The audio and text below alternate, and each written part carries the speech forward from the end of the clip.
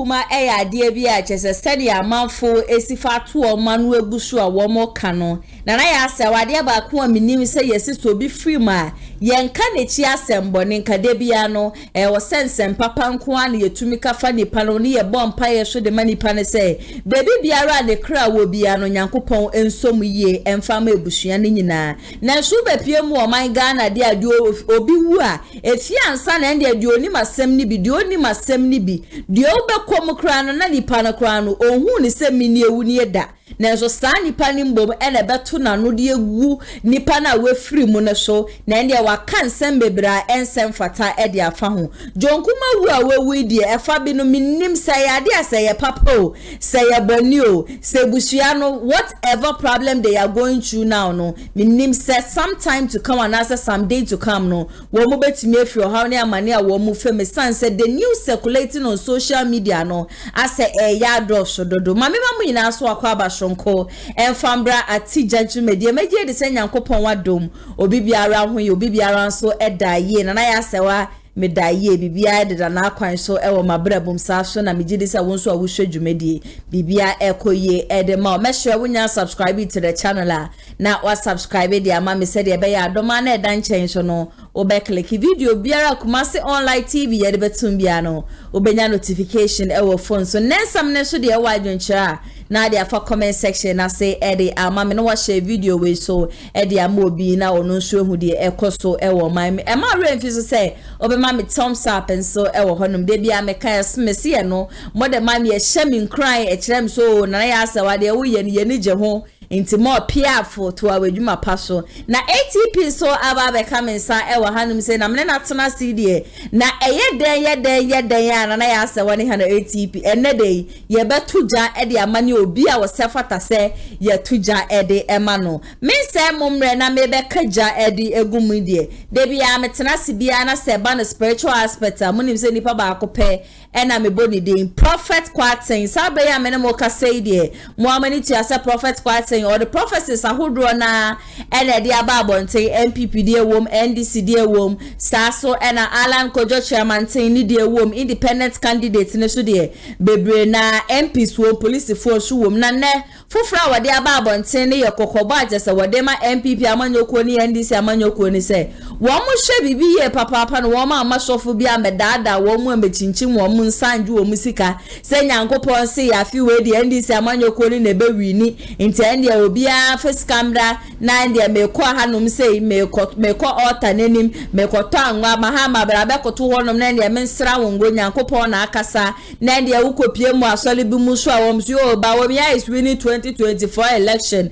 na ende ba wo mia kremoni na so asole dem biare wo manga na bia wo hu se sa asole da ye de ye fa emu esi ene ade o no wetutu ne ntoma no wagi ne fugu ni ade nyina no na wo de akwa kopie mu e wo hono prophet kwaten say 2024 election in the realms of the spirit nyankopon enya nkyere de wo be wini election no nti asofofo a wo ma ba abonten na mahama na be wini ena ala na be wini ena abawomia na be wini osesa news ni nya no eye fake nti na ma asofofo no ma wo mo candidate no ma wo mo nche wo ma dwen emfe nko honum kra saso ena wo kire say light bi a wo say esho ewo amanyoku obi mu no asesa light no enya nsoye eniema bebre na chese ekokoso ni ade ne nkra no before ansana na dodan kwekufu ado oba be president of Ghana no ono prophet kwaten the prophecies about bonti ye the fan ho from the start eni ebeko na ewie ya eniema bi abetoto no ewo abrabo mu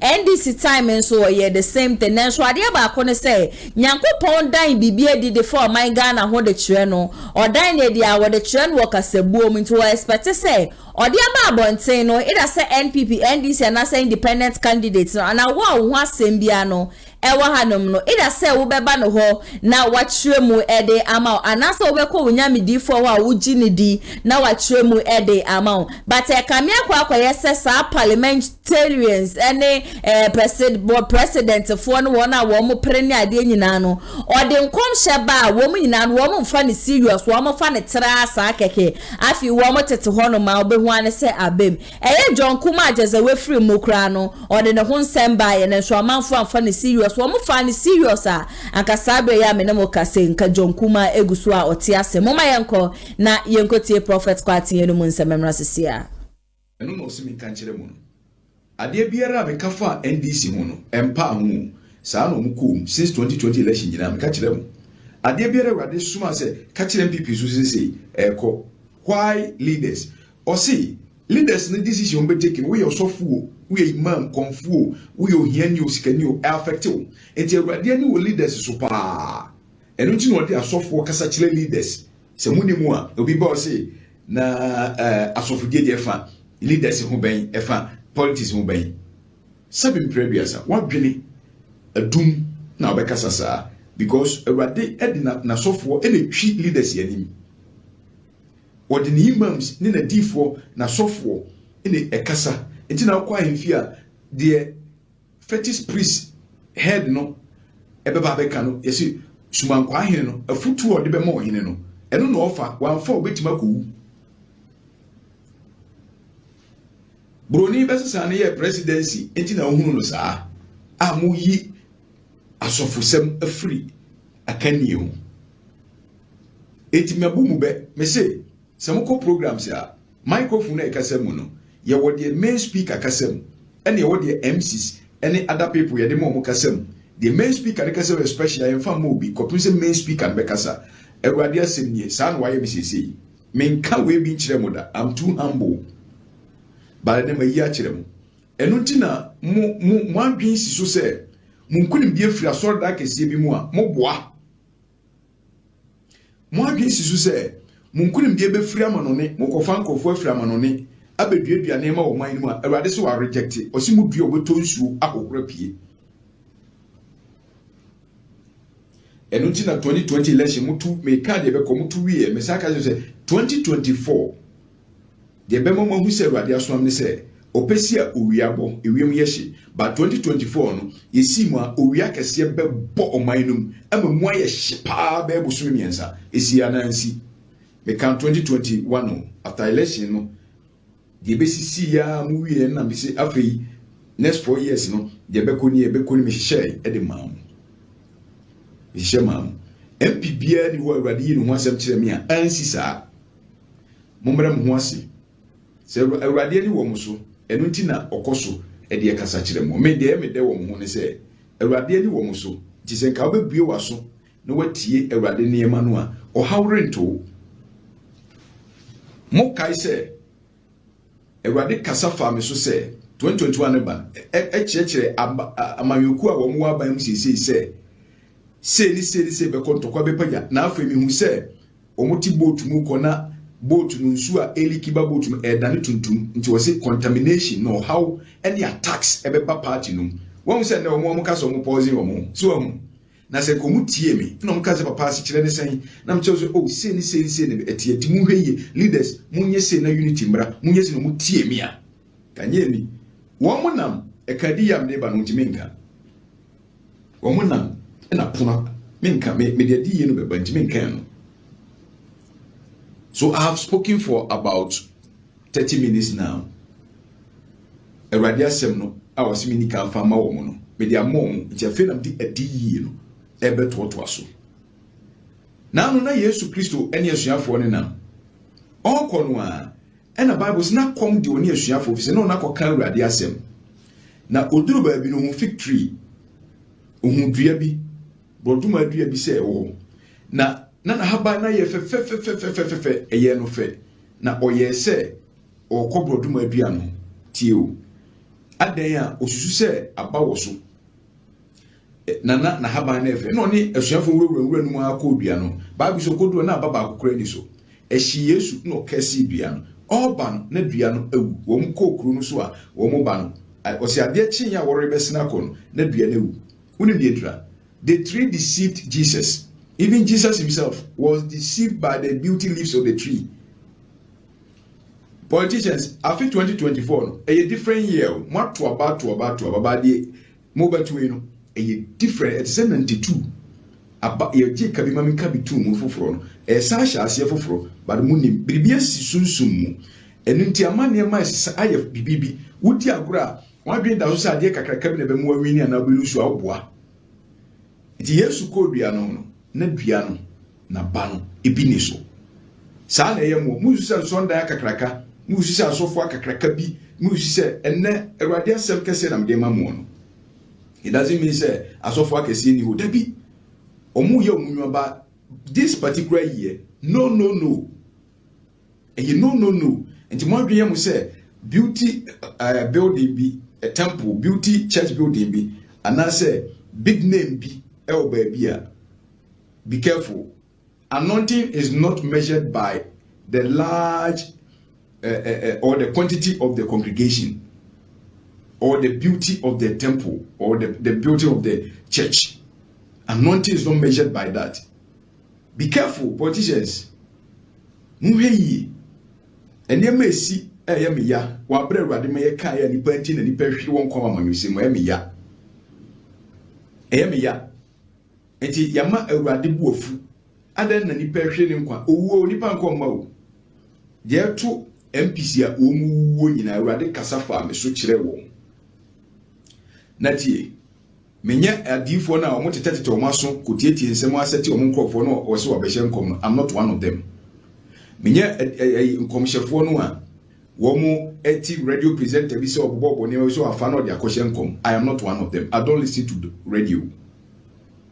Menya omo ye smart guys se omo ye nkomhyefo enti no otise se obi yare a no obegina na so no abeka obi. I'm not one of them. Radio fans ma me a me meka or the sumami kwa no ma me ho kwan a me nka ti se mo steady as something free mountains ba obi ti bi se papa na nem ko e mo anya bibia ma oman no me se Awurade ma me kwan ti so obo kirew ko we ho ka kire no ko we ko ka no ma mfi ya block wa waka no kure bi nti ya block wa o se fatu bia na me betwe wona so na me de atwa na otwe wona so.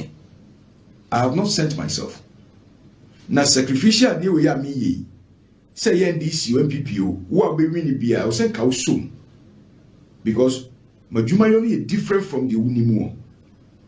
Obi ba so timbe ka say NDC prophet, obi so go say MPP prophet, men kasa na nkofo na etwa bo mu say this man is or a political.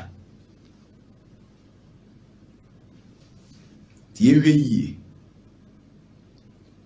Nkofo ewu amanyusem no yehwe yi.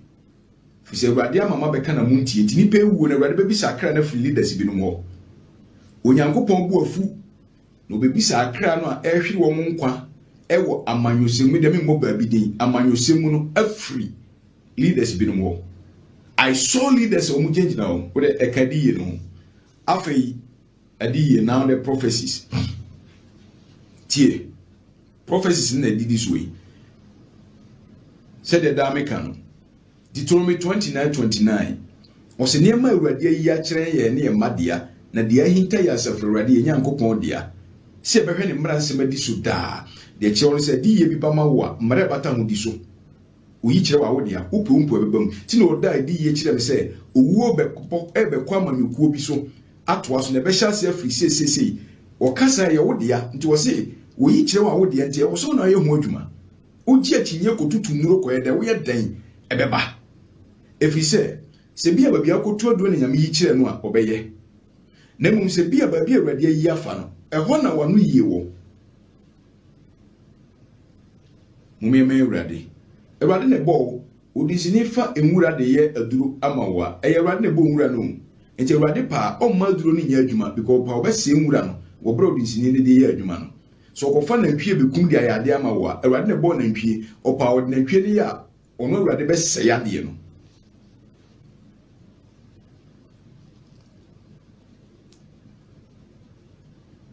Because of my humility, who dey Ghana, obi a prophet a hwede ye no. Hwede ye no, na hwede ye no ho. Say the obesia ye no ho. I am not that type. Until they look down upon me. I am telling you, politicians ne mo anwaka. Seb Awurade asem no se de makwefa de ma mumpe. Enti me opese me ye adwuma ma na magi sika. Magi bus e de afa nkofo akobọ mpa ma oman no. Nyanka, nwisia akunafo nkokora ne merewa wo mu a e wo se di ma oman no se wo mpa Awurade e hira se bebo oman so a ye be di bebo mpa ye because ye se mo mpa ade efo ba ma me ka se me chiro ade bi e free bia emu na nkwaje wo ti na Awurade Yesu se ye di ma nkwa mfa makwa na so masiesie wona ewo mu a omu bi beye madoye na Awurade Yesu e Bible aka de tie ne se ade bi ye free na wumu no e ho na nkwaje once from ye free the air is free you just breathe it e free o by you by koto air conditioner you respect air condition no ezo air condition no air no bi no wo betwe no convert ama sana tro adifo ni bi aye wo hu nti sana nti obi oye air no atonse onya bi humi kwan umu no enti Awurade se men kan kire mu NDC MPP de me ode asoma me no mon webuo no muso empa ho if you said you can every 4 years bia wo we win no me kan wasem say wo mamu me kwakọ wi sei sa na eko we de me kan na eko no me ka chem say Awurade asem aba me nchen sei se na omampanyini bi obet otiso wa hwe yi a ne niam pa nyina no ebekwa akọ wi na nimgua no be the worst president ever onye sei na me hu say oche paya popo banana ochiche apple edema omanfo omama nyina no musa atoboro no na asichire nie because me shaka sok me nkoya sonda e kon bubum me bu mfaso so you didn't respect it o se me nka kire mu empa ho de o se me nka no o se empa ho o so pese mu hu se o suma me because edu ba bi e kire komsa na ye yayare just for the nation by chile komasa na odi musika no mo amanyofo nyam na mudi musika obeji musika say chile kom na mu nyam position ya de obeji musika mo na mo enjoy so why don't you respect God and people are dying like fowls meanwhile he sent me to inform you why don't you go by the instructions of God can't you abide by the word of God on can say ko bibia bi o simple ade o ka kire won say omuntu na mo sei omuntu na mo sei physical na mo kura bi kura unify them keke na nyesa ade bi besi ansa huhum fam de enya wo de na ode asome ye be yama and people are dying like fowls network ne ha adwen na mususu yem fanisa go munim Ghana adi ye di kan ye mi usem na Awurade di mi ewura bia ye hye mra mo man e o Ghana ba bia ye hye mra e mo man e o Ghana na we gura ho no mi hu se e ma hye bedwafo nyina tete akonwa so na e bra mo tete akonwa so di mi wura ho no odi mi wura ba bia ya na wona e ko ho no nko hwe behwe ade fo do ba won tena mi wura ho no de hu ya ne se enkonwa na hye bedwafo tete so nyina na abubu nti obia te se otie akonwa so na ebu ana watena fom ti me usem na hye bedwafie ho enkonwa amra hye bedwafo no won eba adwuma sa dan tete so nyina enkonwa ni nyina abubu gu fom ba no obia tete na konwa so na ho ayema ena obia konwa bubu gu fom at once na me say what is the meaning of this ena o se kawano tum na hwe ena oda so di mi gina ho na mi tie de oba kire masia kosie na matima beka kire o man no eti mi use mra hye bedwafie ehwaye ma na ma hye bedwafo nyina ba adwuma sa da na hwaye ma de mu ya se nkomia wo motete so nyina abu at once abubu obi akomia abubu te se de na wo ti school chair tete no ana e go school no usu akomia wo te so na ebu ana wa hwe atena fom ebu obi agu fom e wo mra hye bedwafie edi ye di kan no me de Awurade kasa fa me so wa bebuom wo eme obadwen ma ye nkoso fie and panic fizo fa Bible ya Awurade kasa bebuom na kire adifo no Jeremiah, Isaiah, Micaiah, Hezekiah, name them Micaiah no nyina enti edi ye di kan eye mrase bedwafie afei tie me hu se amanyoko bi di ade na sa amanyoko na wodi ade no eja munim jaboa munim jaboa na esusu ejaboa krokura ensa bebre wo wiem ena anu jasenama no omugubo ne sei ena egu omso bebre efiri wiem muntie sadi ye niye na mompem asofo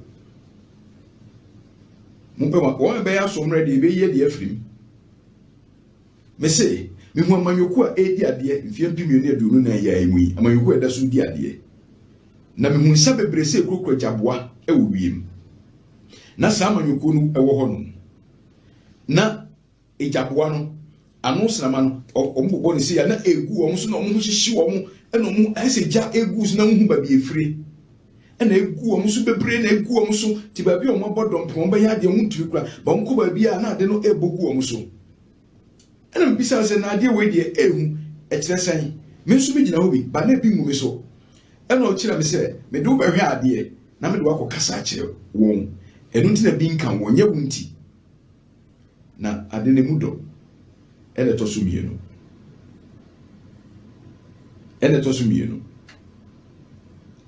muntie ade ye to sumiensa me hu se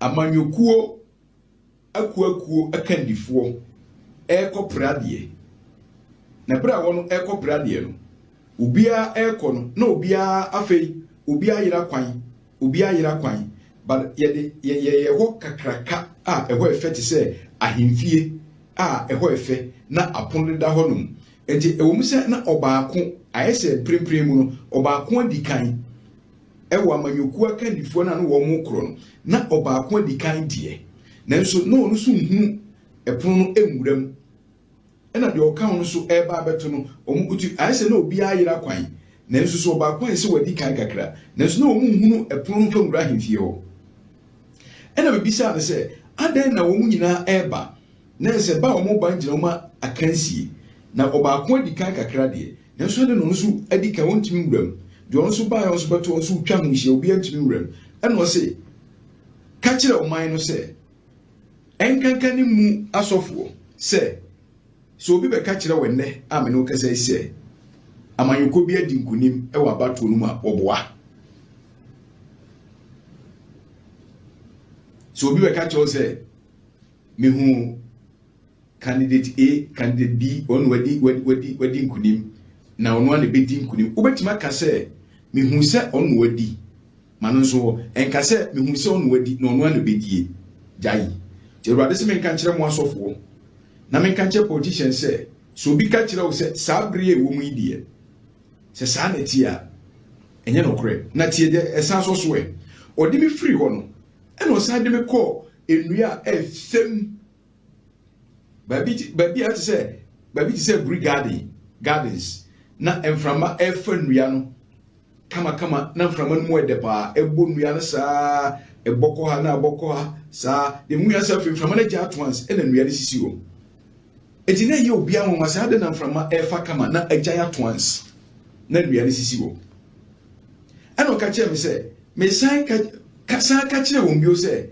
de me ka kire wo se obi anya ninkunim no saa na tie na enframa na mu se eboko ha se we ne bedi ase we dua na agyegyina nkire se obi anya ninkunim ti na dua no monko ha anan monko ha na hunhun fam no etimi ka se we di nkunim de enframa pa na eboyo we di utimi se ebia NDC enframa pa na eboyo MPP enframa we di has enframa pa na eboyo we di enframa we di kotoko enframa we di nkunim de ba ma kotoko tete no na obeka ya ti dua no bokama eboko ha na aboko ha afi ofsade na nua nyina jai na enframa na jai fa ena o se obi ani nkunim ewa abato no so obeka kire wo se ohun se we na di nkunim titi on obedi no so betima ka se mi o hye nkom se me so on wadi nkunim ti me hye nkom so on wa de bedi dabi wo betima ka se ohun so wodi we ya di nkunim ohun se we ya di nkunim bia odaye na oso ye ana wadi yi na ehun so obesi so dua se onu wa de bedi no o se me nka kire mo amanyofo don't be deceived adwuma wo na afia adwuma no ambeye no enko eti se ukofo obi firi ba bi command $1 million wo me perform rituals man wo be wini anasa okofa asofo gada ye bompa keke no okun bi asi na Awurade epe obi a odi na koma eba be correct nation no we ya die ehintasman se kameka go ebe ya na be man kofu bi a afide na koma nyo be bobrapa obepari oso okun bi asi ti ohia obi obesiese na koma no de abe correct niema ni nyina o de abe correct niema ni nyina nti so obi begina ho ka bibisisi a nanso ewum so obi di kan kakra se de maka no nanso no ontimi mura ena frama na ebo no so agya nnua no na agina faako enti se moamfo obi a obesiesie na koma yie no opa mo bia anya de ope yeni watem yenya de ope siesie akoma no keke na omanyokuo enhunu ade 1 2 3 ade nsun wei na communicators ni nyina ntie saa asem no no mo fanye hwe se nipa se ya reject okura wetima wini ti asem eda ho no adi ye toso mu se o my Ghana boboku owura na odi so awrade na assemble yansa no moto abama 2020 hode ba no a ne ho asem ba ya no ana ekoso no nso okura toa na toa na efe yie ase champagne toa special bi na efe pa ono ye GF president na okura special bottle bi efe a breakable one bia ti se champagne ba na efe nti nso okura na ade no efi ni nsema hwe from sa na apai ede na asi because ade na ekura ye munyam de e wotoam GF president o Pre 2024 do that so tiso. Isi mi so okura ade sa wodomu ewo aise occasion bi sa na ho efe yie ye decorate we yie ena okura de bottle fefefe bi sa wa kakra se champagne kase ni bi sa ba na special bi efe di okura no no sa de mu ya se afri ni nsem abo na tu sa na apapa yie o na se kire afei de toso. There's spiritual war. There's spiritual war upon the nation in some sectors. In politics, there's war. There's spiritual war in Ghanaian politics. There is a spiritual war. GFA, there is a spiritual war upon their situation. Prophet Kwatsen eni yakwakotie nabano enti no sha wo say afi 2024 election enyama abontin se MPP amanyoko ni na ewini anase NDC amanyoko no na ewini enti amafo atese political candidate amako pie mu asofu bi ho a ya hyamo nkom se mo na mo be wini 2024 election no Prophet Kwatsen si nyankopon wenkasa ewede yeyu otrase anu ohwa a amanyoko de MPP ba no mbe disappointed Ghana for na Ghana for shift to NDC inti ye twa se ne Ghana for gu esifu MPP ne dia ene yenka so NDC amanya koni na be wini ene NDC for so bana so mbe disappointed Ghana for obati an se bumosuo MPP amanyokuo no ene be wini nti we dia ai se dito bi no wo tuloto edi anu wedi wendi so a no apedi baby afa ba de bia me kasa Prophet Kwatsen de ne prophecy bi ani ho no mo de aba abonti agese prophecy no atoafum de biara da ne nsem bi o de ba abonti bia no eya na ededa na akwan so nti ye besre MPP candidate NDC candidate Alan Kojo chairman ten Kwame Bedi Ako ene wo no makeka ho chi aboso mekwadonko mu nyina ne se ye besre wo mo ema wo mu ndi sofu bi echi na ne de wo mo kakra wo mabu anu egu honom no wo mu ntabrim ni nyina no efa nkwa sofu ne so me bese mi wini election na se bia sofu na ba be ka cho se wo na we win 2024 election. This is from the seer. Or say 2024 election. Enya ba mbontin say we ene wini anase de we ene wini. Bibi fufu biara de beba mbontin bia no na ya so me de beba be somo. Metwa mensem so ede ama ode a. Chese eyi John Kuma na yiri mesrem obi mto ne nsam frɛ ne mfama me yese Apostle Lilian Kuma.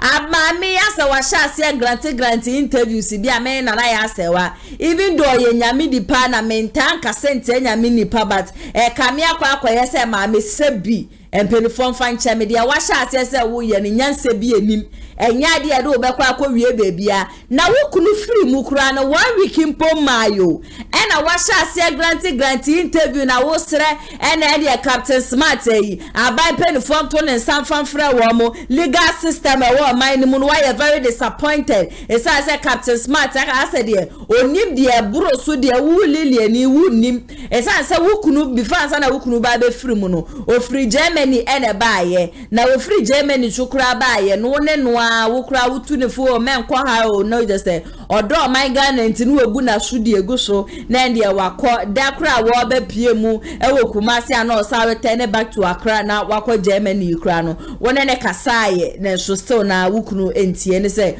odukoshi ani wo watumi abecheche we mu na den ni illegal practitioners no wo mo so captain mu e na wukunu wu ye no enye food poison bia na ku no you have the right to say whatever you want to say but trust me this is not the time at least for buo for respect kakrampo ema wukunu no hye no obi beka so na na ya asa wana den na mami di fo na asa de wo kasa de tia na ewom se me yakra but eto de dia pani bi wo hono ma o de o chasa ne yesu onim se ne chiachia wo awugina nche no wona wo betia se masa hwe wechire wechi achia na obi a wukunu afiri mu wukuru free mu 1 week emaye na wote ho Emma Sassy radio for Afro. Every Sassy na Ushia Ukru way. Oh, and if you are na Mary SHS, and a Mishia no, Missika to Gatham, and no see Muno Yimame, and a chance Sunday no best ram with you, madam, this is not the right time to talk.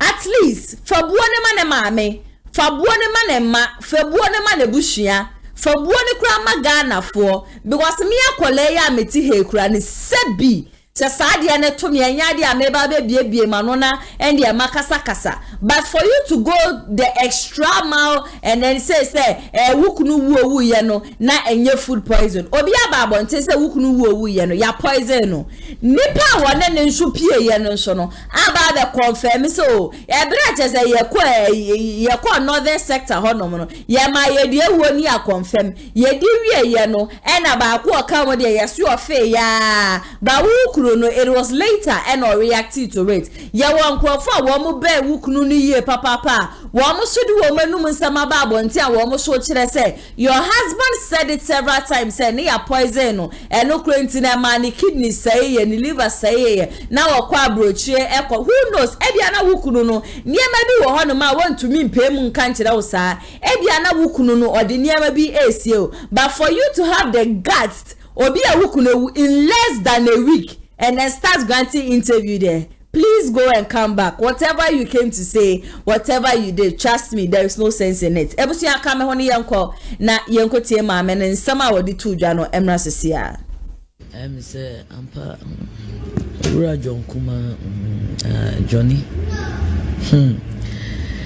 Share somewhere 2005.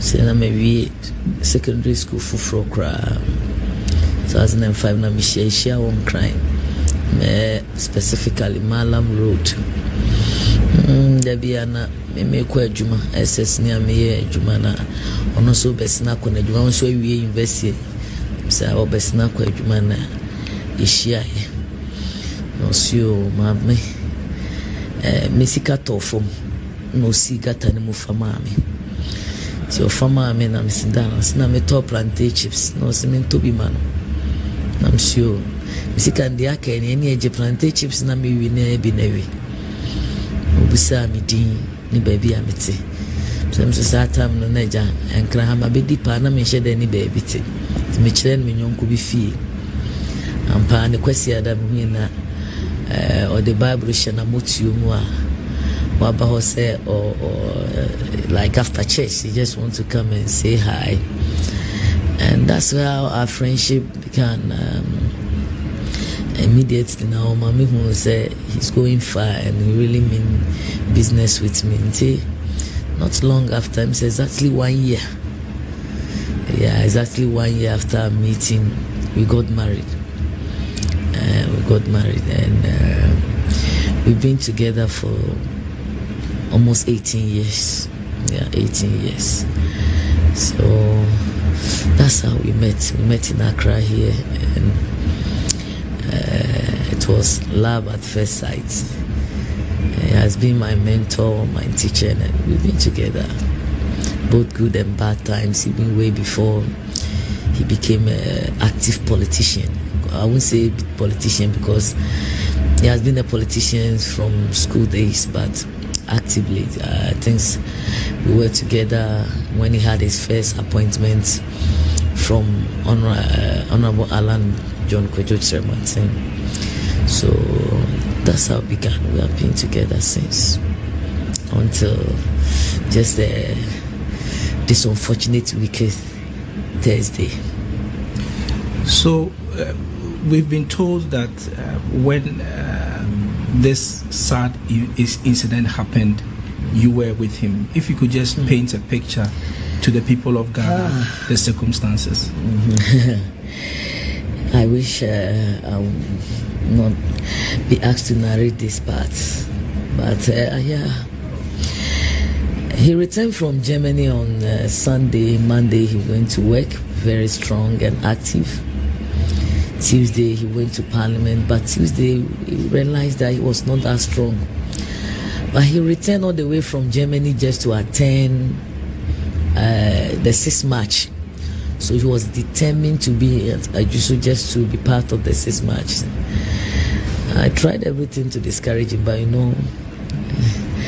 once a soldier, always a soldier, madly in love with his country and what he is doing. So he left, and then I think Wednesday, and I called him on the voice, and sounded well on the phone.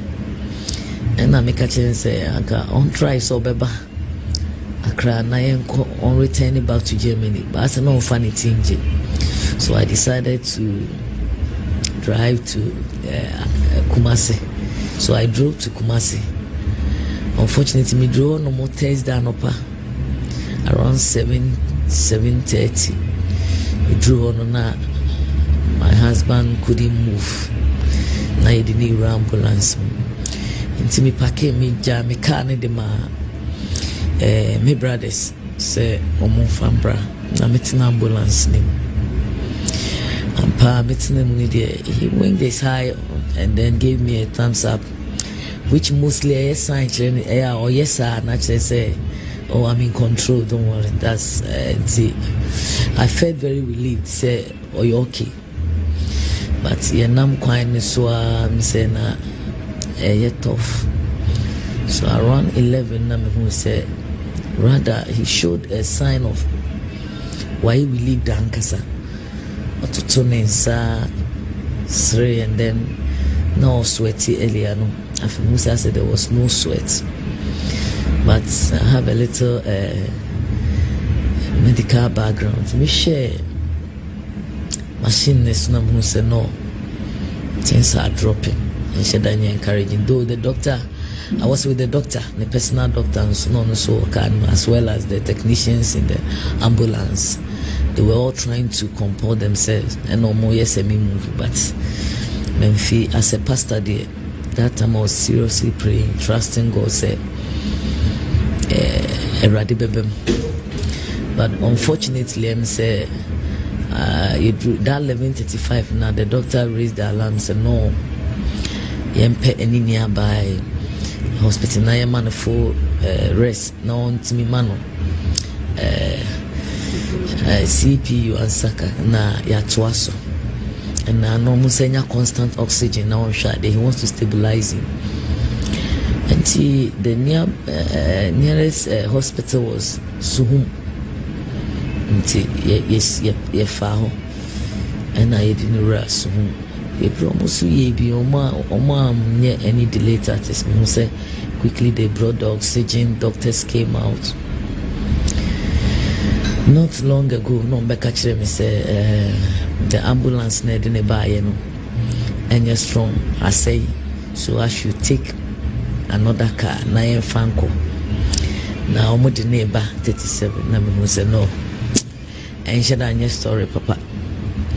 It's not simple, but I say, me who na sign when I know what necessary. I actually say, any panico. Finally, Dr. Negadakari Lokachem said they did their best, but Omo Ajomunsem So this was about what time? That's around 12:20. Yeah, I think the time almost confirming that was 12:20. I think the reason why I remember that time is, hey JK, we are way at this hour. You can't live like that. But unfortunately, I was hoping that me them say I'm 18. So I insisted, so you're fanning bra. Me wujidi unyami mu say obepa ni pedua ni mu biem. But as at now, I'm still hoping that a nightmare. Sorry, I said prank, and I said miracle. I'm still hoping. I can understand your pain, but following the sad news about your husband's death, there's been so much commentary about speculations as to what killed him and all that. I'm sure this has come to your knowledge. What are your thoughts on this speculation that is going on? In fact, that aspect saddens me more than even his dismay, because I believe he's with God. Even if he's not here in body, I still believe he's alive, and definitely everything will go on. But the way they are speculating about his death is really unfortunate and it's discouraging. And in fact, Mama is disappointed in even the legal systems in Ghana. Argentina obi aye bold eka and some say onipa odine ho abo for say among. This guy lived all his life for this nation, right from campus. And if indeed say obi a poison ebra na oye adwuma ama oman no ene the political party, why should we sit down and not bring that person to book? Now, just say then this country is not worth living. In fact, living for, left alone to talk about dying for. If it's true, say obi timi nipa or ye living being on your ghost to say on him how my husband died, that he was poisoned, and that person is still moving around for the past 3 weeks. Just say me jana rehona minim how I make us no say emrebi was as a crew mu a kasampa. I think this is the time, and I'm telling the laws of the land and even the leadership of the land that they should bring that, that wicked man, that, I don't know, the Captain Smart is all children, Omumbe and yes, on my way, me and Casamiyamu baby ampun or besumo mino. If say the Captain Smart take me the minim ni semikunu yare. But the Captain Smart say ye poison, no evidence, no mind we say a maya, I was will be soon. Now what didn't cry to Homa, Omuma no credit neddy. And yes, sir, me and Casampuna Mekano, no child of my womb will serve this country. Because now it's very disappointing. How can a guy who has dedicated his life, say now be in the name of journalism, cheap propaganda, can some way speculate so our father? I don't know that's what you media anyway, nipa ebia nenye mikunu yare nekuno, but they also onima te krono momo manena omomomotia e manipano MP na Captain Smart emechireme kameta se pass otimi yi evidence ni yi nipa ni pie ma me ankameta na se na kameta na se na menim se John KUMA we free by ento body ntwene ye wo enimdiefo wo man mu ye wa doctor for omun kosuni enanka omu ni nyina omu mayu cause ade ya ne se wahwera de na wo dwene ho na media ne nso a wo and also sakra I say kura too no mu sisa mekogu. That is how I feel is here.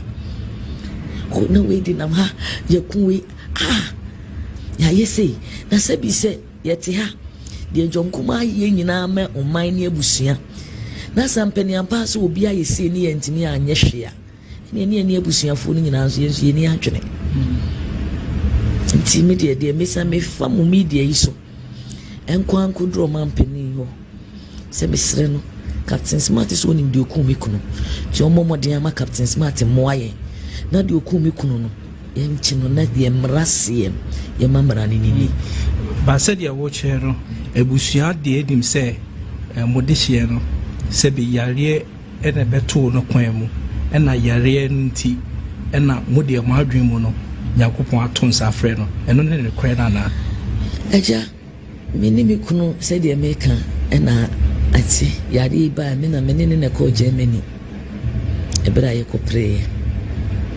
nim doctor bi an kan kire me da se poison ba kumpa ko mi kun mo jemu nim ni se yade ene ye diagnose ye we around August ena ye die kira na yakko jonkume jinai oye bi ufadie timu wama wan show akukudrumpa yenya yede tiase de wa papa show ye pains ana wonam enso wan show pain da de na wo so gina ye bia of pain na waye.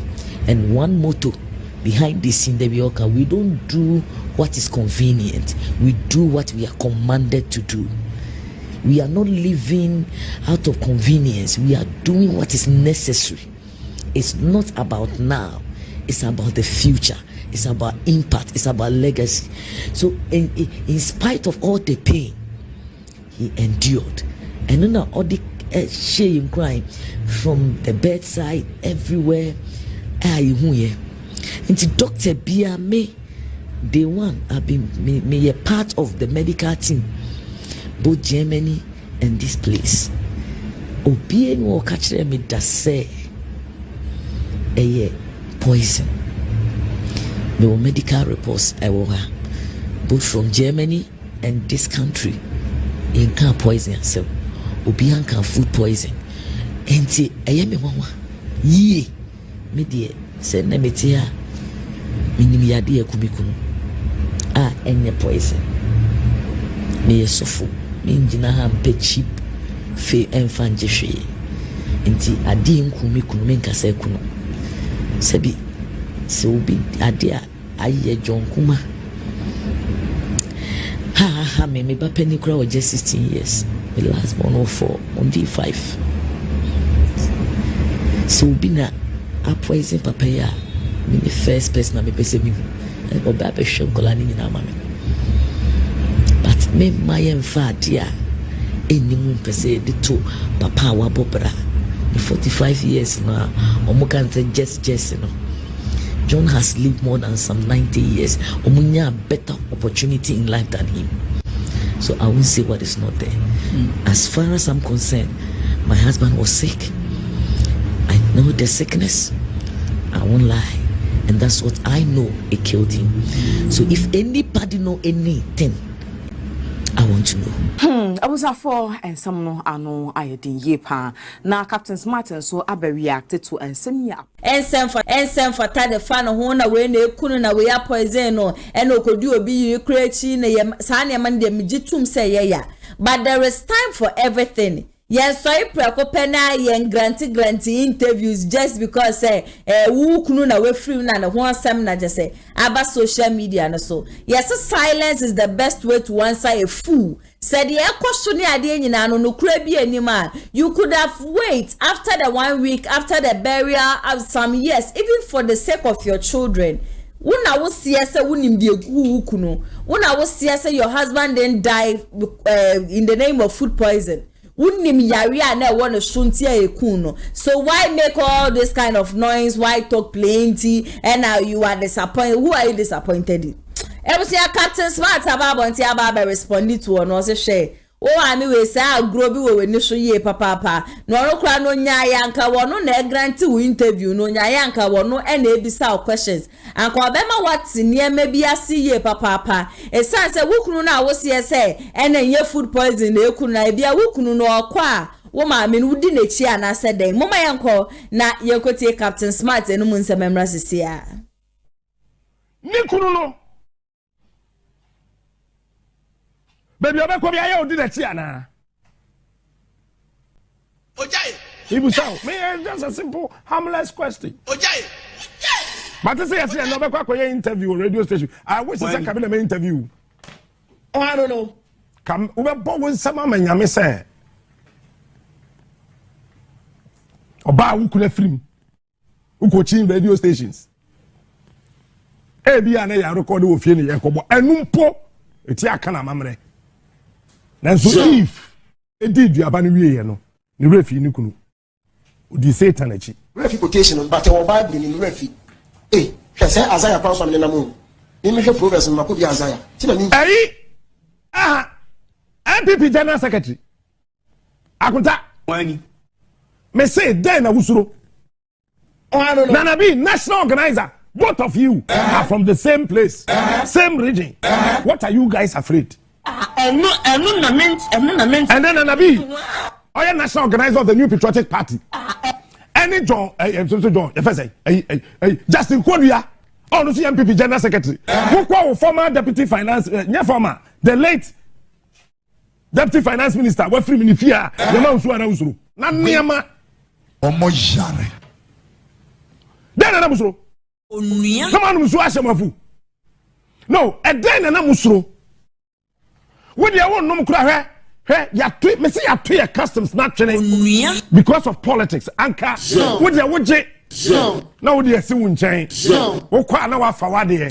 Now what they call would do baby. No, what watching. Sunny, you know, but what was wrong of morning shows. And then almost wrong.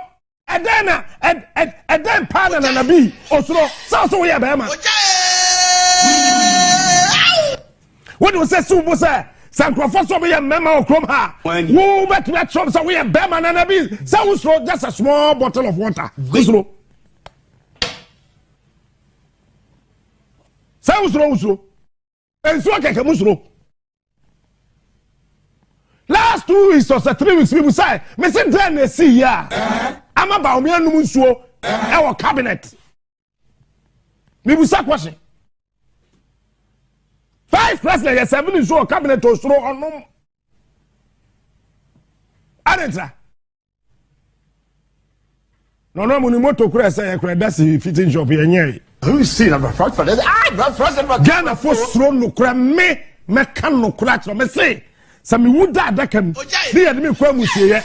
Neso man ye na me hu ade bia nya me sori asa be kam ya no ma san ko dem no ma ka so ja mo fa bi nko ma ka temani no ma hu second time na me ko onua Bekike cosmetics na esu asene adwumadi we say Abraham so yo ba ye be ma opesa skin no ultimate glow ma already no so dance no ye fedie me fa to me kan for Bekike cosmetics IFD approve e dia mo say no and betumi aboa skin rashes problem bi wo honam na ni bia no e be boa ma skin no so aye even dia mo omo facial serum omo body scrub body oil facial cream ni na omo e wo binti for numbers no na agibi yes sense yakopon emfa honorable John Kumakra NCA emfa bia say pipi abanye from the Nadu to the Chin Mafias to the last person. Near me to hear cries, and Minijide will be a mubium this year. Who and I just have a year, papa. ATP. Nana Yasewa. Bibiaba Cordy. Yanko Pwadom Nansway. Yanko Pwadom, who ye papa, weekend coursing. Boko. Bibia Center forward. Why the can't ask some child center forward the thing? I own be down. Shay. What was it? Enter for bako. Ukada wana bakuna wana anhutu wase. Eni se ka no nko center for warrior bako anka meka che o se kamia meti he. Kametumia wo beye 16. Sa ho. She. Na wo me nyami hu mbobo. Oya bako like when ya wo yi kra no. Kra na abdomen cramps keke mpo sister et saying. Oya na ya bako. I don't me the enti me we oh me the one on any show me ye na kope bibi na me hwese na kasa na ekokọ ne dia enkoye bibi ankobo ko sa akwemu na Captain Smart neja we dala ya wotutu bi de manage Nkuma ire na Nkuma ire Apostle Lilian Nkuma ono so asha ase awo ke kansem mi wa John fast ansem na enkenye asem ye ba e kran ka menim san na yire e Apostle be won say videos bi twegu abontia na sorry dan ya wo sie sisika odi real mu kra enya asem ketwa na oh ira sorry no were you efre ho say okokaswa weja hot side oh okay banyard okay okay na nyankwala asole sa ho me dohoro nese no kure ayo ende na mechelo mate ase na wotie ensema ya maame kenya ni winkra na santa mamrem kra na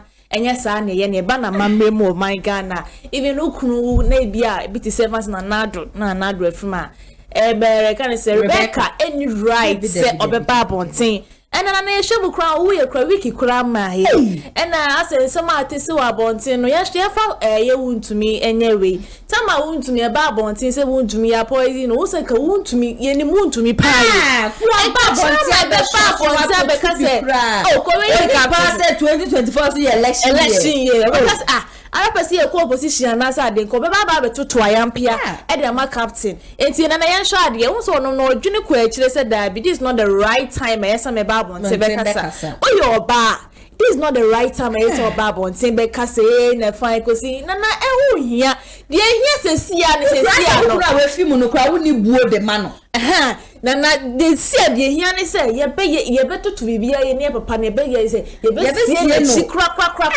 cosi nyina ye uza papa no ba asase so na oba MPP party wa pon ho modern ene utia dance ye fitting off ne de cake ho bana papa na bon ho modern pa ye enti ne ye ne de na da sama Captain Smart kasa wukunu no kwa enya de odi na bema woni ne ti dem na ye dia secret be won mo de na say no de even kura ne mpna kura ya chere na ya mo na ati no better na say na obi a wat na ye de ya secret be won ma enya do be ga ye say mi wra and I say ya poison me na say even kura woni sa wo bad o yem be hwehwew yes de how be kura be to so wrong kan chiro what you say e wo manfo betima bo mama ne but ne yire parade na abaka say da be catch across so da em hye kura be wo ajankura no disade me mo amane enti na so so ne mewu a yare na wo ye so ukuru so no wu ya this is not the right time when you keep it to yourself yeah ka wanu tu enti when na ya de akọ social media no so no wo hu ne senya no kre so why do you so emma bonti kura me kasa even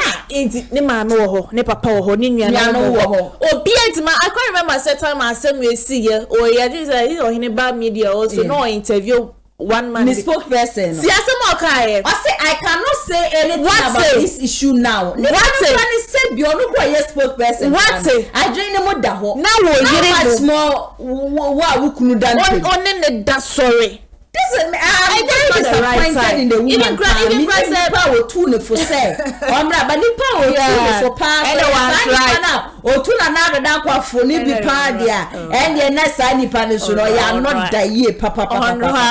Say be I dream the moon na cause Apostle Lillian one try yeah and even utie sama wakana and why disappointed and nya do be man makra several Ghana and the fight cause na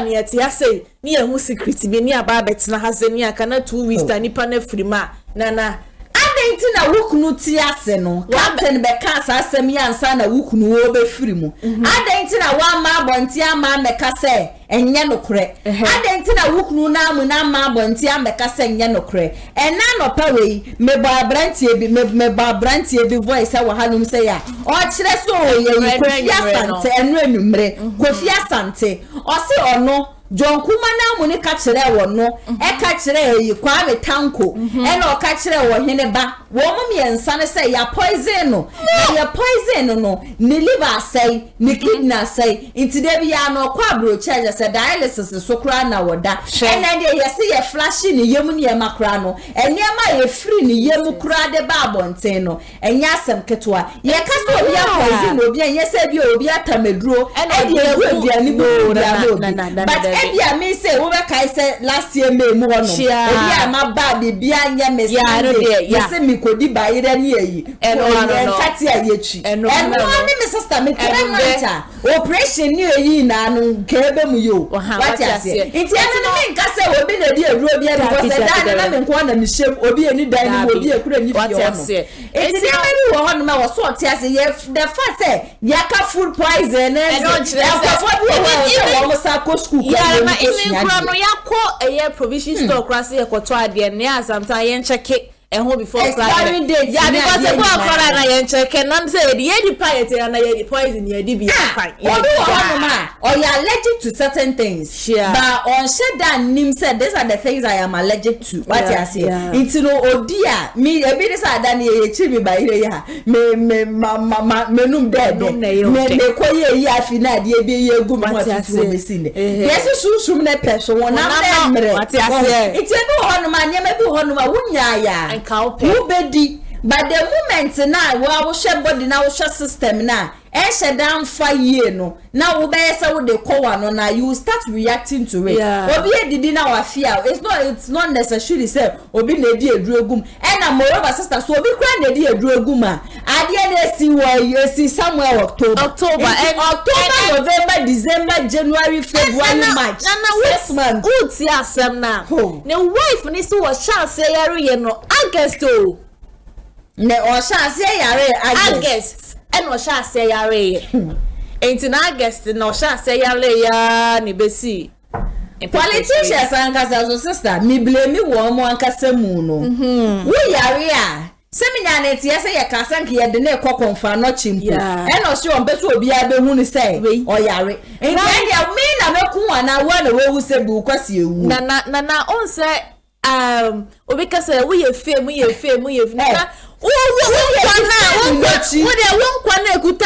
na sometimes ye ni padrasani na ya na edi ye ho abro no wo de ye mienu kura nga sister obi de ne de ba akokura be di agbo be nana ya say wa enti ne wife na me ye presenter ni ade enti no da bi go be mi tumi kwatwa mo na mi ndi we na mbede wa asase na ye no akwa na me bi o ti go na me ya da na mama ground o Nana wono de sari ma no nchele o nana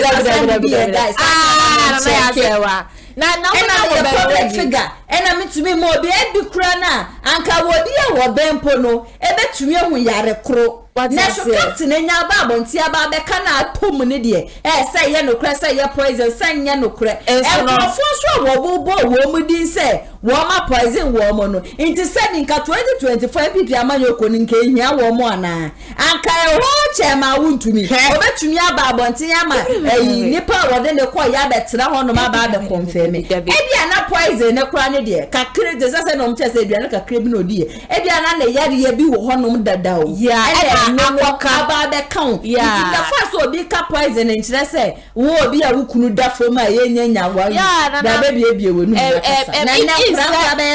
no yana if say or say ko grant interview to say the na captain e kan de be sere no na ya sewa mani mi awere na kasako gupa ko and omo ben ni sosunana omo ntwere se na so be kan asema ko kan de yenka sister mu me ye benya news sa o ani o mi anemi ATP nana nyame mfa sama obi a wo ben wo na we free mu not just anybody obi a wo ben wo se wo twotwo mutwo bi afiri mu sister we less than a week what abofra no betumi abe granting dabi nana ma na think last year weekend sin yesie no ye Grace Boadu also even kwa brought na bloggers e ko na mo pam mo bo wo all the abusuafo na ye na wo ye abusuani even kranka ye ba won cha because the stand here I watch am so mean kasa na say ya wakasa kwa ni bibie kra ni wo e kire sa awerho ahye no so said ya wo kire se Captain Smart yan friend na yenye ne hu investigation no ono akasa mu nso ne yan friend na yenye ne ono so ne hu investigation so wo so ya poison e ku wo na just say unim bibi protein ti ba ka che Ghana fo bibi protein agese ku ne man different as far as to de bia mo yesa na yen kwere ya no ati free mama ya betina ha ni ya toto a ya mpia sa say ya meti he sa melody you know very well I will not do it na ya kasa o na ya ukunu da fem ne ma me wo ho ne ma me kasa ye ni nua no mo kra jama utumi na mo no kra na yesi ye ni mi enu kra poise wo mo bo mu mpo no lete no tam de ba ye na no kra nkasa we mbie na no oba se ne na what na even kra no na ono ani media wuntumi media person komo ne wuntumi kasa bat wanye wona wa no ati free wanye wa ezemia anu bokiti yentumi nka ya no ntu bibia ye behu bia na de ese so this eja ya ko na eja de palo ko tum na eja ansa na ebe ye na ye na eja de wo fem no I understand her say nye better na wukune film na wunim ne ekuno na tamafo ahase ke cancer ba hye ne so se captain kan ye na nye nde ba asemo kan ye na wukunu ti ase na wo kwa na ta so betimi so aba be kasa said we anka poison is me anka it is hanging in the air then don kan ya uma bonte meka bibia na ebia ni say adrete umofia nice and also yes say on cry their family member 31st finance deputy finance minister and also mama ya abeto ya pia dem obi a wukunu free no na ya ne yade so say fake prophet into there be no na ya ne yade na best thing is na it's okay man asemisi ewo na ya ne yade na fa ba bia ye ne ya fa ba bia ne ya ne ya ne said na be ma won ne te a won na bobra ko onim na at the end no wa free mu no e no ya na ya pa sister e ya wo ya anka sabire no hu anka wo hyedem eni nka wo fa keke so nka ba na gide interviews a wa grant because me so me kunu obe adwuma mu no be wu ye de ko me kunu saada no minim hu bi eni nka wo no so sabre nka wa grant interview ama me ya se wa kura ma friend kura ma ne me ya kasa na so oba wo bu abusia oba wo respect de mani kunu no wa kana no ya that media station no mo ne grant interview na mo kura so na ni krenya o man try share ye dia ba ni media juma na sister media story na me pe o se me ka kire o wo si nka wo ntwa so ma na me si o me kasa bio sister o be kasa bio ma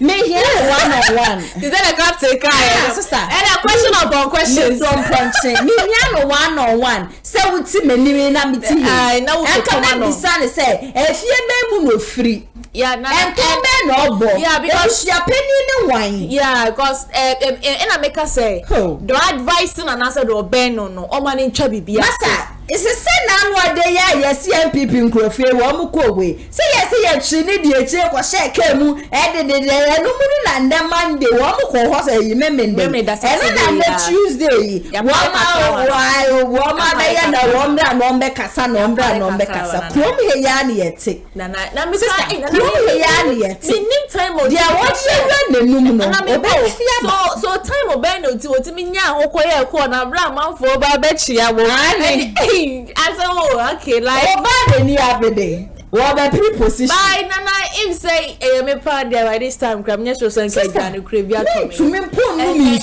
You my baba church, remove brand, she and me kunu. Nana, in the quest to God, tell me, for you, me quest the man. Apostle Lily, you love story in the no. Where the book? The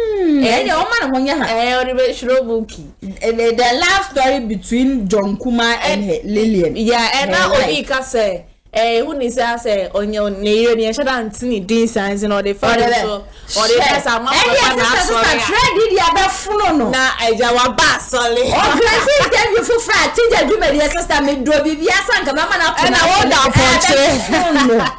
Eti no. We do that film no. Yeah. And I would beji udi. And odi mana odi. Sa friend fun say penny say one day friend fun say na I say ba no can say me tie for them ashafo kwa be ye ene me be ya adwen. Ghana ya koye ye lawyer funny. Ghana love. Yeah. Or the class and never pay free moon. Oh, one pound commenting. I don't want to see the offer more but a woman and easy. Let us have that film. Now, I will bet you. I came in and I we japadi edu na ju awudi yinsinsan wo mu nyina no kofom o won dwen ho sa wo ba bebe yinsuo be shase ba ba tutoi hifo na mi kwa kwanya akponti ba yi bi na me de yahye na LGBT na de baby ajesa wo de fa no me amehwe na nkasa mu na se de so tumi bompaye de ma manfo a wo na wo bompaye pa on bompaye mfama wo mu tante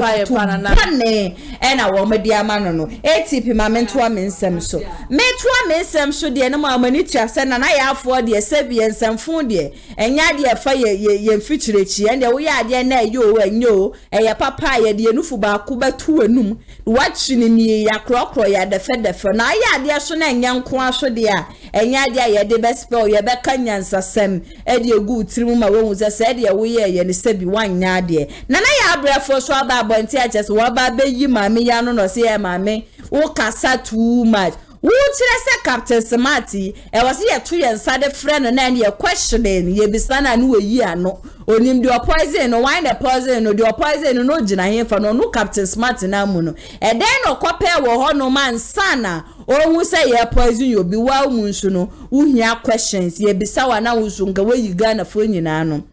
Saso no che say ye ne kunu ya jeza jonkuba ya ye ofiri amano ne Germany. Ebe PM wa Ghana ekura say yes allegedly ne doctors ne kura nya we say wo ba Ghana ba be maache and yes yes edwedifo no wo ma ne bana kakraka and then yes seat match no so wo mu him wo mo pa ne say wo mu yi wo mo pa enti and ne bana na yaye na wo te ye na eno wo American na just and odi free Germany eribe PM wa Shante we ne say wo ba be hwe na ho ofe ba be hwe ne bana kro na just edwedifo no wo medi o si nipa ne daseni ne kura na no ambulance ni wa that time no why ne ka asasa ni pa no kra no ye doctor so agini hutum so ye doctor won fa ne particulars enfembra bonte na Ghana fo nyina do yenwu ni ase obi eni mobi ena obi ni obi akwakodi obi won komo ena wo mu mienu no wo makwa akohyehe ena aba bonte se doctor yenko tie ya abrefo no mu nsemmra sisia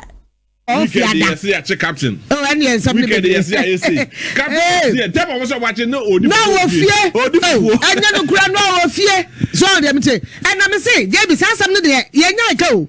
Yeah, back because I never videos. Now they are in the bank. No, apart from I see and Kabi. No more so that's my rant today. This is my rant this morning. I say, oh, honorable John Kuma when you baby corner Yaraki. Nay, Asam no Ebushafu say, a one wise spokesperson, man. Ebushafu one, Bushafu Medidis and Yarabi no Aqua police station. The contract is Uncle police station call report. I are cautious to politics. There. I'm saying, report Captain Smart today. Waka day. I'm not sure baby a poison no one to information if baby I info no no I'm not sure. No problem. In fact, the media the laws is behind us. As I don't divulge my information. I don't divulge my source. What it is not compulsory to divulge my source. What is your problem? Life imprisonment no more. We don't divulge our source. Madam, man, how? And somebody here now you to be now the police for money informant. Man, how? The police for money informant. Madam, they have informants that they don't pinpoint this is my information or not. So you see, didn't it happen? So you see, on this paper, didn't it happen? In this paper, or say, Captain Smart's poison claim. My husband was not poisoned. Kuma's widow insists. 80 maybe.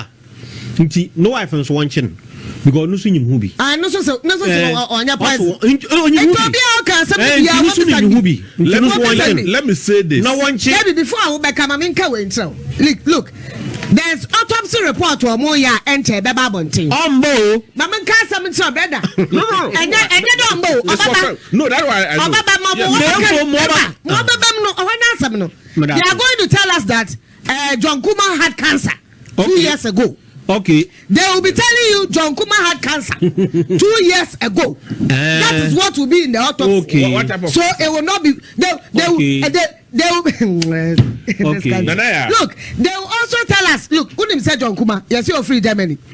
Free hospital one no, but Germany, Echo Hospital. He's been India, receiving treatment. Okay. Now, they shouldn't push us. Let me tell you something, JB. The doctor that went to the doctor that slept with him that day, Aqua Chapel in between West Legon.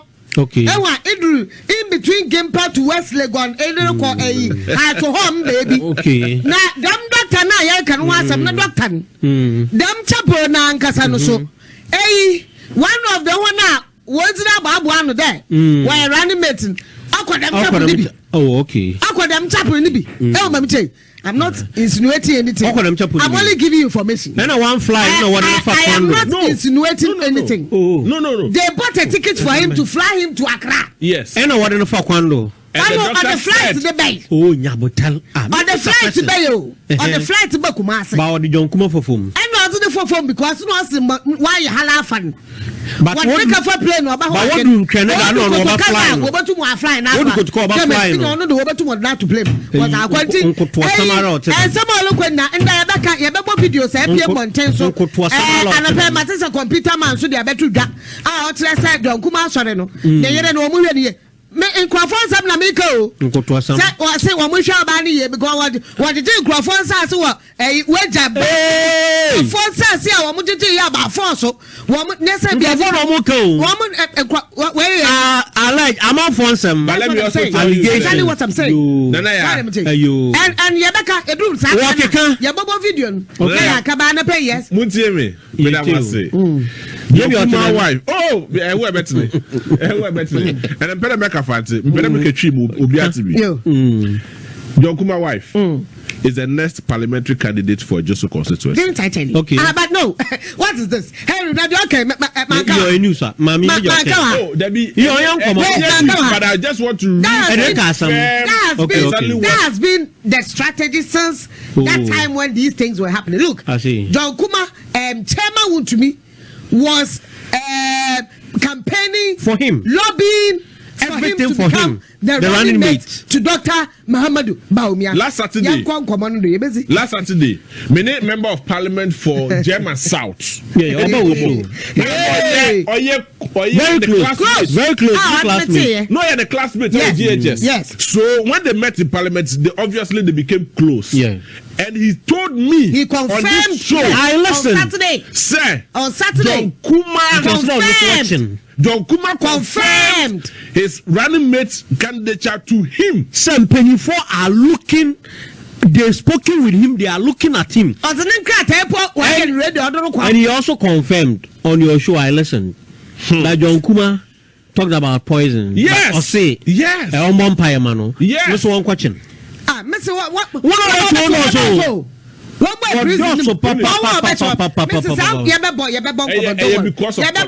Because of politics. We all know. Because that is the truth. On the day, Friday. It's not because of politics. It's because of power. Friday. His Excellency the Vice President. Yes. And then the entourage. Yeah, they went there. I won't cry. I went in the question. I wouldn't the PA. They shouldn't dare us. Look, Vice got tonight. I'm on the vice. Okay. Okay.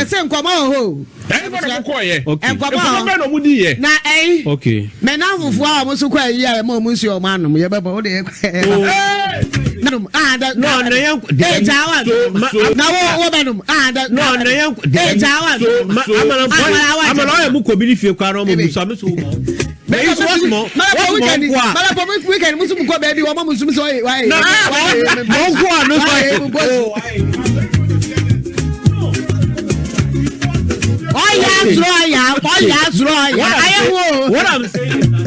matters no ya ko bi ni fi o dey bi ade no so you anu ma won ja I'm making that ya no giving them the benefits of the doubt they flew into the black water one from a reliable source but enyimede wo amambre mu no na amanzi ko bi ni fia enom kra you take it even if you won't drink it and interestingly that's the na amambre mo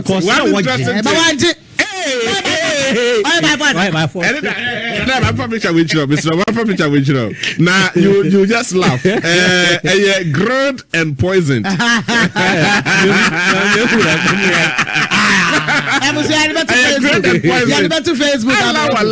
Marian Hotel now.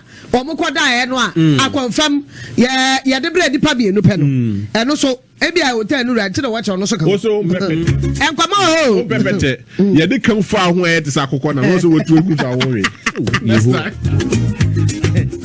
Nipa no a about 9:30 no no say blue no a. All day. Hotel Yeah, I just said what will be a to mission who ye. And tell your Munda JFK more and then a be my woman show more man. Share now what's one of no be other catch or say. Company now we are Juma woman, ya poison way.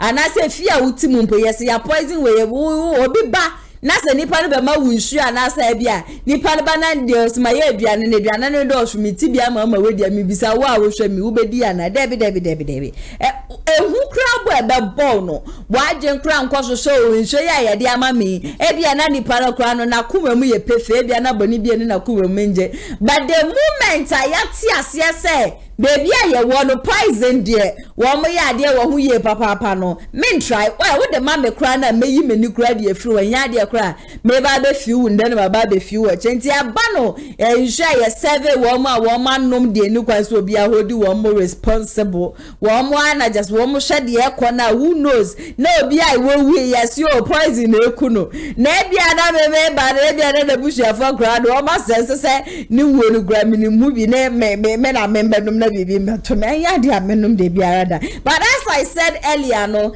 na yere no baby a just odin nsemi if ne nam no enya de sefata kra na wakotena vice president came then no ka kire no oh my Ghana bibia ne de afa ho a ne de aba ba politics no bia ba no ba be ginidin ATP na ya sewa this year no me name ne yakwa akotie na ba onu so ejala ya wo kire se Germany ho no mi kura no wo kweyo free ho no dwonkuma yi se anese fo kura ya mo wo mu amane nana and if says Anna John yeah dia say nana or say or ya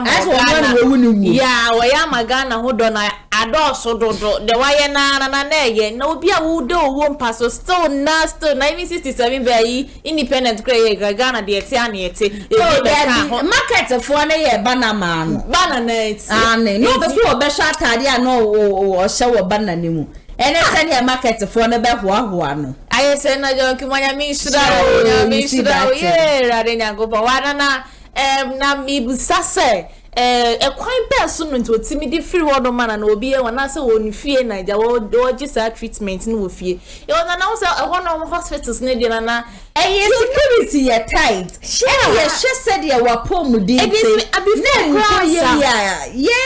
wo my Ghana kwan yende debi and I ye wo free Germany ba no na ne twede mu boko ebetima basa so obi a ne ho ye kakra nti no eye ke o de cobra sister kakra na ye ma wonko no kidney liver cancer in the blood was a cancer in the head na cancer ni ejawo sa keke say me kwhwe match pass something is not going on somewhere because nana ukopie moji because na Germany ampa o ma Ghana dia ke ebesi e bia na wakwayi ya no for hospital ni na honom de ya no for hospital bi ni honom even onom pokura na so ye we o my Ghana mu ase nana ukopie one mass special treatment we go to me so na chira wa easy What you say? Even na me kind landlord, the one no go free mu banana.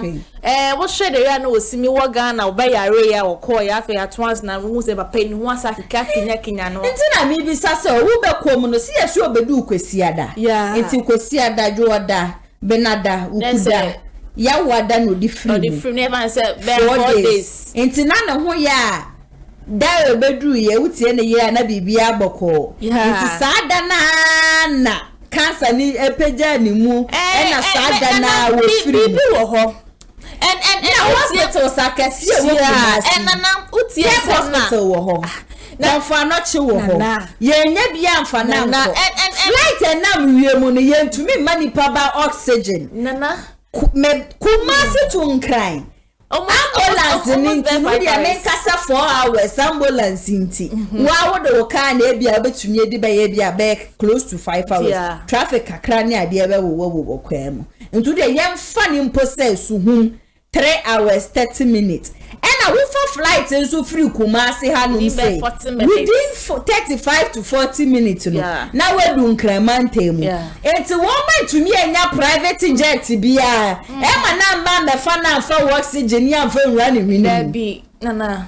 and yeah did to one na me utie nsema na my wife ne ka say time obedru e ne de na to ambulance ma wo timo amode ne ko ne ade na hwe de wi papa e fifiri na utie sport person ne so a o ka kire yen Ghana for say na ne yere ebeda ne nchen yeah ko sa video oh yeah me kai pa o se ne yere be ebeda ne nchen no doctor no kra no o and that day no mu nyina na fa ambulance na e ba na eyo na bibi wo ho no but na ase na yire no de niema bi esie minim se MC abetumi anya sa video na ni spokesperson me ba shosha ma me say obetumi anya video na ni spokesperson I think say you born on a Friday that was Friday me ba shosha say obetumi anya e dia mame a me won na bibi e koso bibi e koso bibi anya boko sa as a apostle nasa wo de niema bi sia na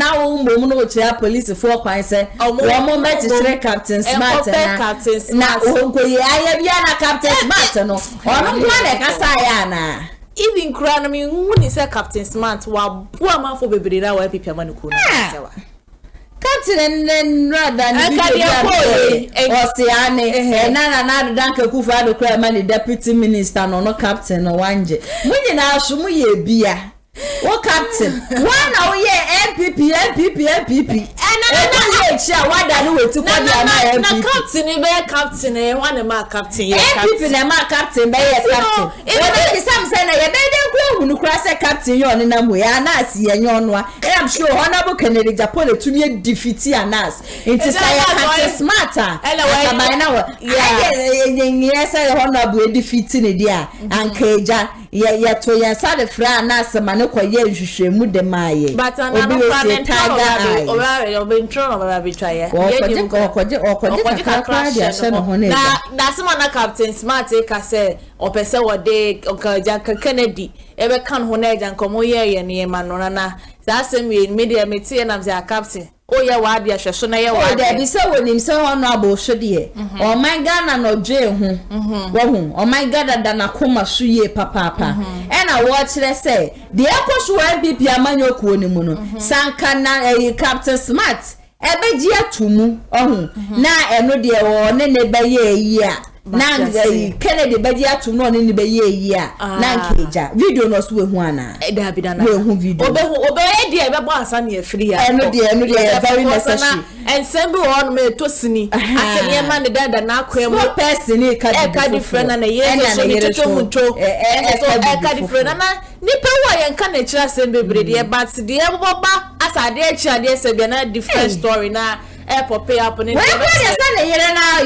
na yakofa bae ne yire na akwakofa ba ne yire na no no ati free apostle wuntumi nka wa no fa ntumu kra aye bia nyankopon wo wu o chebe ba nyankopon we re nyankopon wo wu ye no obi be chechiri obi be chechiri obi a be chechiri ma na wo a wo sisi a wo kenya me ase na ya de say Bible ban American Yam. Now was a Sunday when it's man could not sorry the man preaching. The preaching or the my and you're preaching you should be an actual now ATP.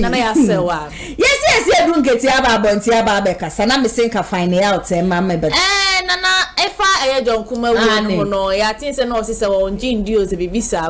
We should not confirm me, but before I see the befriend and I confirm me who said, now, what you do, or they send me about Bonting. Okay, I want to show any abdi ye, Papa say. Want to why I say, Coco, and you do. Now, Castle pay a young farm. Autopsy report. I'm crying a 2 channel, price of 137.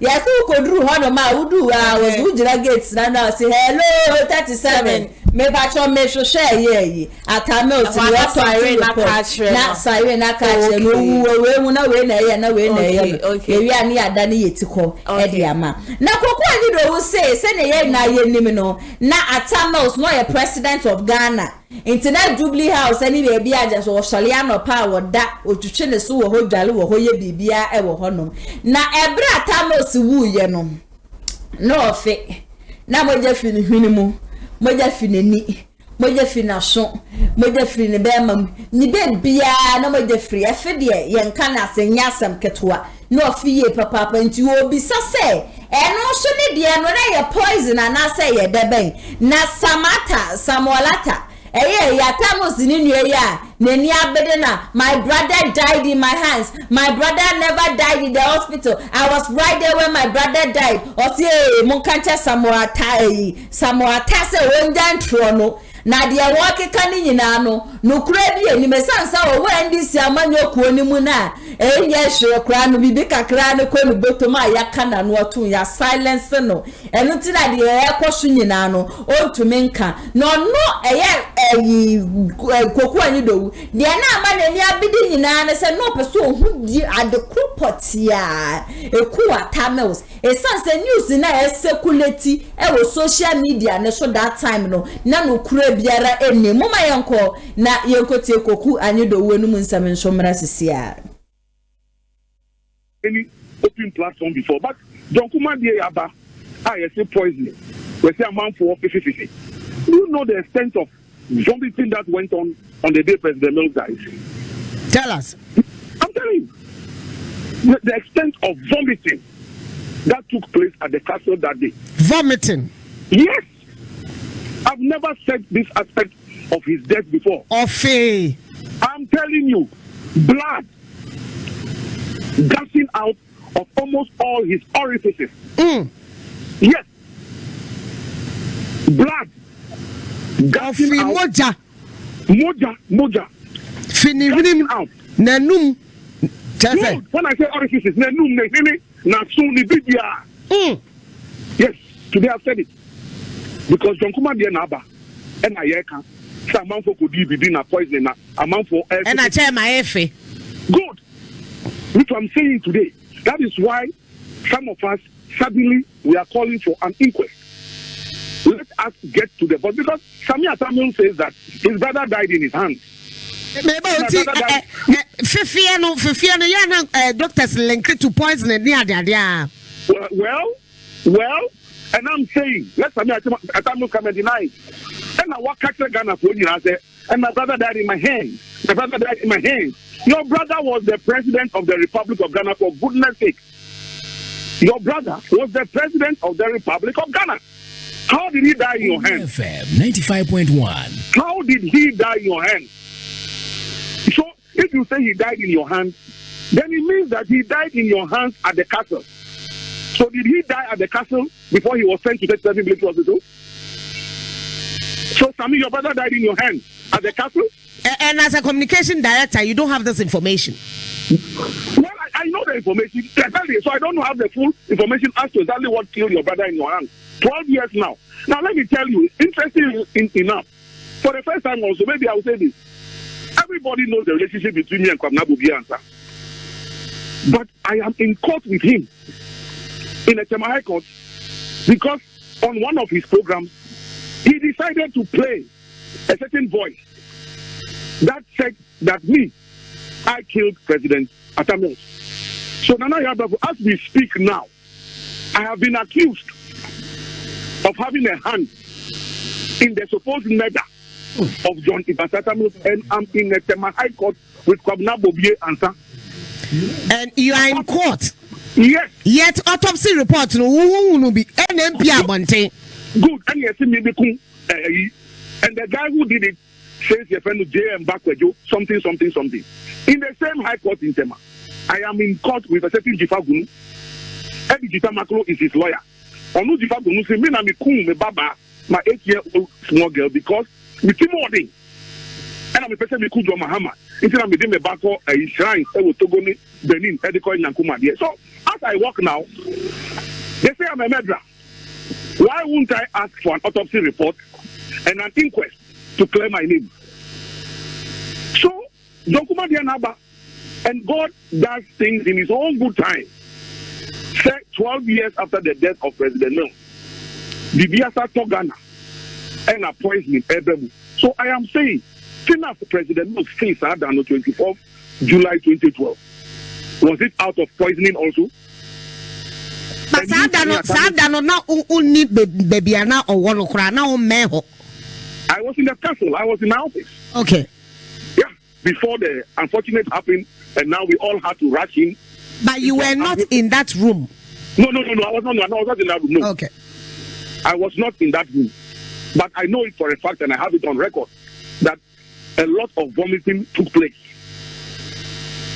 And the vomiting, the blood was gushing out of his orifices, of course. But there's autopsy Ababonte, right? They've not done autopsy at all. Well, I don't know. The same Samir Atamils claims that some autopsy was done, and Samir has the autopsy report. Why didn't they give the autopsy report to the widow? Because the day the president was buried at Sunday Park. If you remember, because he was commander-in-chief of the Ghana forces, yes, almost the Ghana flag, a casket, no. And as commander-in-chief of the Ghana forces, there was a sword, and that sword was his sword of command.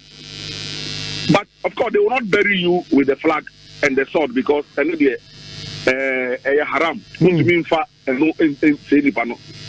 But the bomb was sword, no, sorry, flag, no, you sword, no. It was handed over directly to the widow at the time as the next of kin. How come that autopsy report was not handed over to the widow? And some brother is claiming that he has that report. A brother who was not part of any elections in this country. So you are telling us that let me just add, he had no locus at the castle. He had no locus at the castle. He was just a brother walking around. It was after the death of his brother that he found himself in parliament. And only God knows how he found himself in that parliament. And I repeat, only God knows how he found himself in that parliament. And I say it for the third time, only God knows how he found himself in that parliament after the death of his brother. Well, this is Ubisa Samia Tamils. So I don't know what can when they just or see I don't know what can say he has the autopsy report. So he just produce it. And when the Otuam family, so you have the autopsy report, but you are not bothered about Asumge Park and how Asumge Park was left in ruins. Autopsy report there. What did they abort? So and I will also say, I'm the brother. And now kita autopsy report. No near Juma. But Asumge Park now umiano edda. As that time now I poto. I fin. We say sebe omo dwum kikamu ekoda ho sebe yesi ebinum ko num edroboni wo ho sebe yesi ebinum ko fa omo ho e wo ho obe sorry na yesi condom dam ha bibi nam ha ye binum yen kita autopsy report but ye bu papa no the bre ode man ye ejuma o ye ma Ghana na ho bra se na baka ye ni nyankopon ni nyamisuro do o ma oman any see ye ntin da any e pacho ya pajo mahamacho wanye na me deputy general secretary ye pacho wa the more pacho no ye say we anti JM na president mo say we wuko janu no nko At a point in time, what we heard was that they won't turn Asumdwe Park into a shrine for people like Okwani to go and be worshipping the body of Atamils there. So Asumdwe Park will not be constructed. That is what we heard at the time. And when the time comes, I know the names I will mention. Who were there when this information came? From the then Flagstaff House, when John Mahama was sitting president. That the president is saying that they won't turn Asumdwe Park into a shrine for people to go and be worshipping Atamils' body there. And they got to about 2016. Me a comfortable press conference. That result I had received at a certain point in time, you were in a comfortable lead. Mankasa Atamils was in a comfortable lead. You see, President John Dramani Mahama is in a comfortable lead.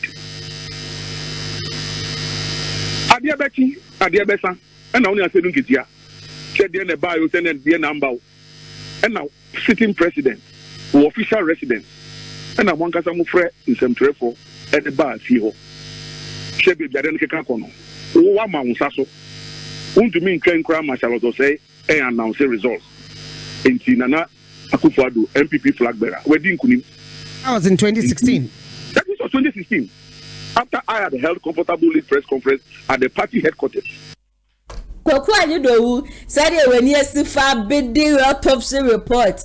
Nani afibia no to be baba say na autopsy report o and I hope say who dey ku Atamils o. I said the secret bi wo ho no ma kwakwanyudo wuni ma wo bi ni. Ana se bia yi Mahama allegedly maybe atwamu. Ye dey share the ugusu a suspect say Mahama enim hu bia na. Na me hye se dey da bia no tu hu su ho no me to me woni say Atamils na wada wa Kumasi ye papa. Esa say mingi ni kura so wobusue ni asabi we free mu be 5 years simple no be wo de amfa ni 2 years simple wo be kan ni tisese nya afibia no wo de Atamils onala mu no pa asumdwe wa dana sabe kura na bia na di obedi kura na ehwan ya den di aba no asama ado no ugusu echi na ma wo juju na autopsy report ya kire obedi ewo ya so pe copy of it quarter 37 Okwa 37 akodu gate na no ana ase mehwehwe Atamils autopsy report and from man be ku bi di amount afi biara akopeja ya autopsy report ya de be ma wanka be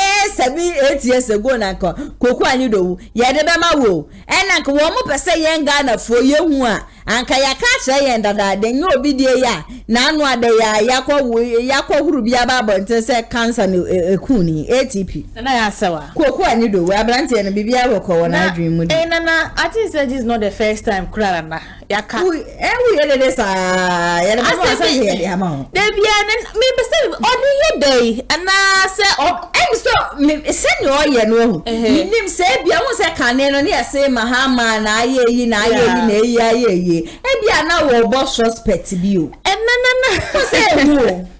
And to me last year and all dear yanu for call you want nanado say one more call and this year nanado to try yampia this year na okay this year last year was show autopsy chakwa last year was show na second one sabe kan on tanto flowers and ya Asumdwe Park na one call Evans Atamils and Nasho and his prayer won't the amount for ye na his prayer ne na that fu on any ye allow him all the cash there is on the year ebia na one and none so Atamils the baba should we kwade she say a spiritual woman we kwade amachire free okay na by to me nim de ha na de na dadado owu ya cho owu ye de ya cho na wo se wo na 12 to 13 obi obewu obefi bia na ya poison na say o se ndc for net to ayampia into wo to ayampia momo de ahye moto no munyankaye na budu obi aba bewu a mo bere the politics mo so mo fa de ku Atamils sembra esansa wo no kra de no ye certain president Ghana fo nyina no we deserve say yehu yesele ye kra nim de ku no e de Ghana flag ne so de ne de wo mu yi ya wo mse na yereje ejapade ajasa Atamils okwa asama do obi je uni o manga ejapade e betumi de ama wani na me na ye me shwa na sebi na me shale anopa wi anadwo bia na me butu sudi no me dia mama me hu die ku na dia kwa wi ekire na HIV sebi HIV ana se gonorrhea ne ku na me nkohwehwe me wi die mu ntwe se bibia de na akwanhwe ana nana Yabana Ghana has see I'm no Kase Captain Smart and the man of the moment. Captain go to show my mind. The Intinabia no so per se ja or yet Captain Vice. No so the near my papa. Captain Konya Nasem. Konya Nasem. No, so the near my papa. I'm going say ni nice bibi so. O person Ghana for your tear say John Mahama any matamisu won. No.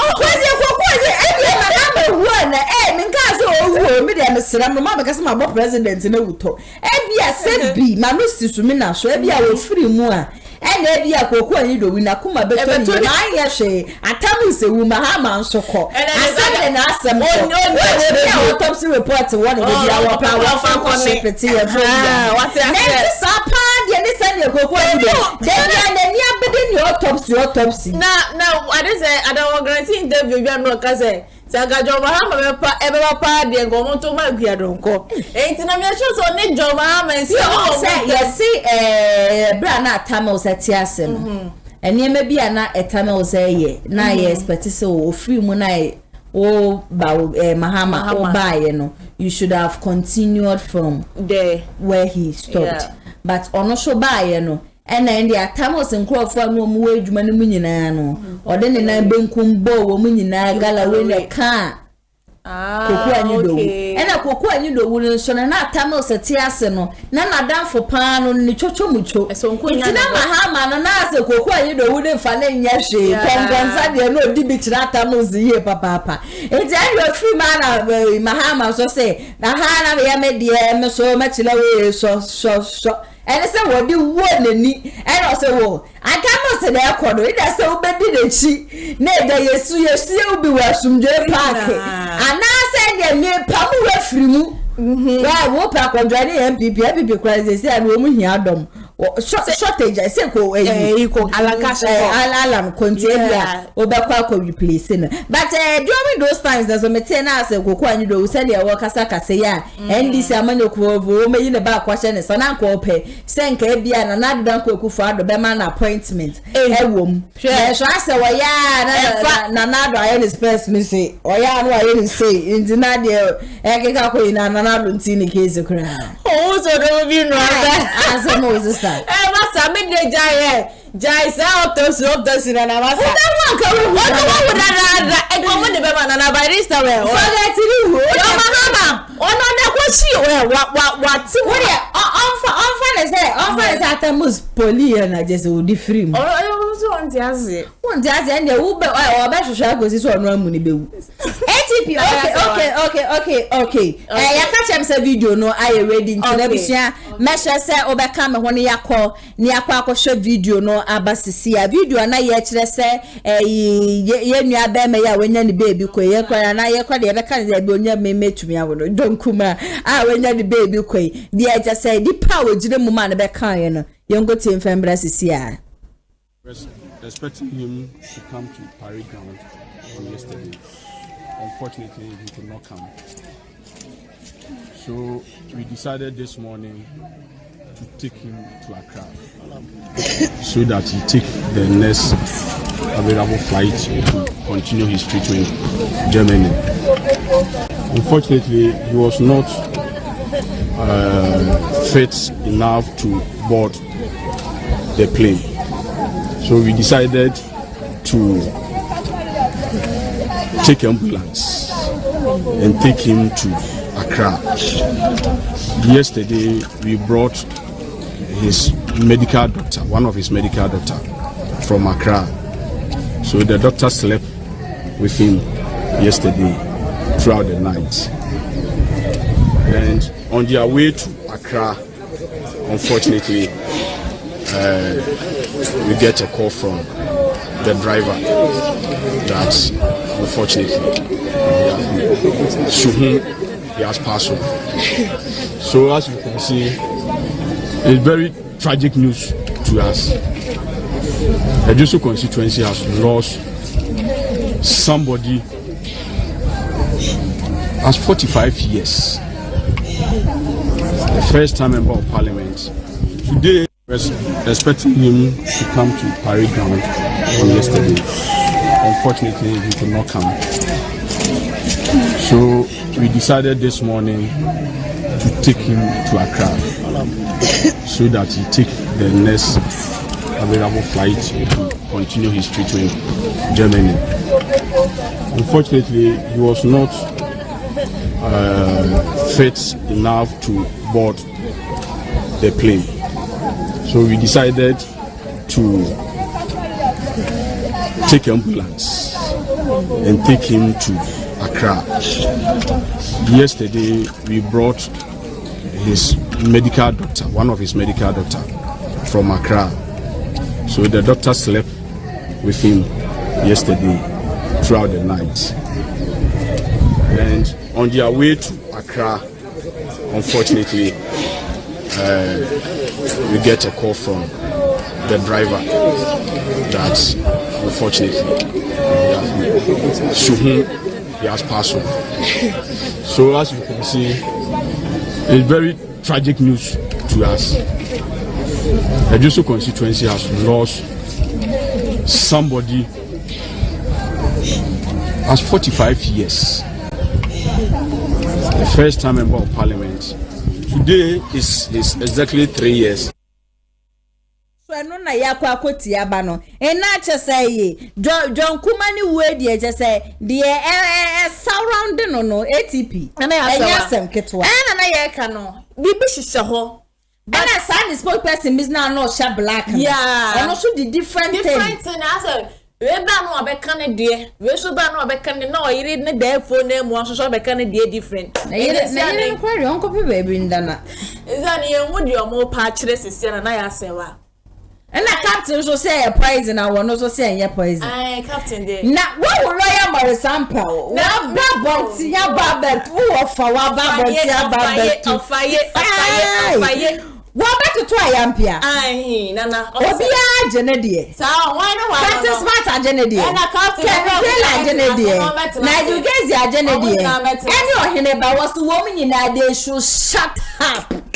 Woman ka woman on empado of fire woman pado front to woman no woman ka sakura do baby na poison once and same ya or say as our anybody say be fatwa so we jimi baba na me say as one son what so na nya we want to run away aduma no ayi o se na no kwansan ka branch na ba bontin be chirim so Obi ya poison obi a wo show say. Una udi ye.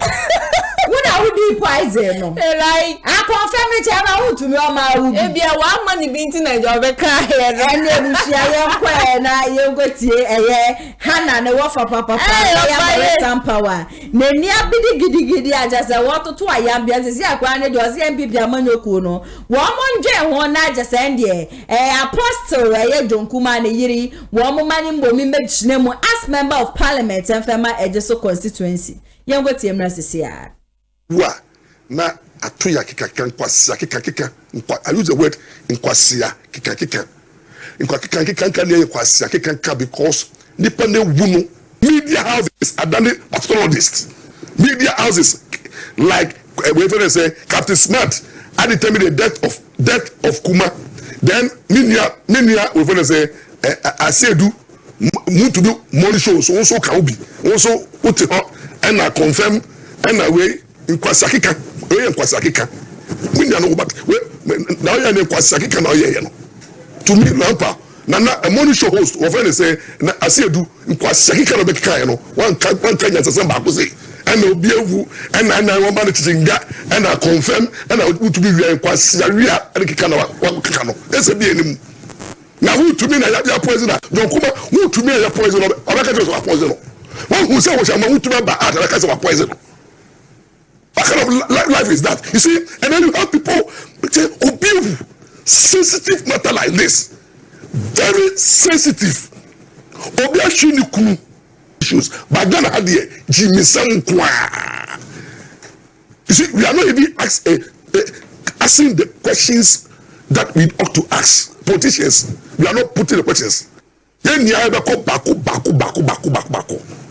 until the trainer obi de ba na kan kwasesem wo so de ba wo hu kwasesem ndaka wo kwate smart wo tiwe wo de trainer ka che na wo ti na wo do num and the appoints obi wo nim ko be so wu kwate smart. Do you know when you be called na trust and we everybody say also for be a minimum no also for be one and mekum and make so make no mbo ono to oyare otie ne mani yirim ya yare wo hwe ne yiri ne tere yiri ne yiri ate bofu obi wa wo hwe ne yiri cholesterol gu ne yemu za kofu nia no omo yare omo meka wo ne me di omochi obi tia so dem na me hu komshe no na me kun no the ID must start arresting everybody bia what declared on Kuma so nim ne death no. You should be arrested and then come and help in investigations.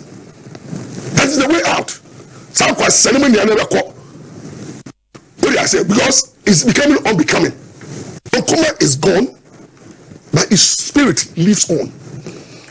And with the computer man who yao papa no miss call computer man be do who yao papa so train ma don Kuma wu ye no na obe na the yiri at this crucial time no you are calling out the wife when you see that what kind of asofo kwa na ewu bi asofo be ni woka was say hey rampa and they develop a beef computer man John Kuma now for the TV surely Don Kuma nya wa asase so no ebe take ne yiri muade also for say yes I say asofo say no it say I don't know computer man why at this time we don't need money that computer man who need money that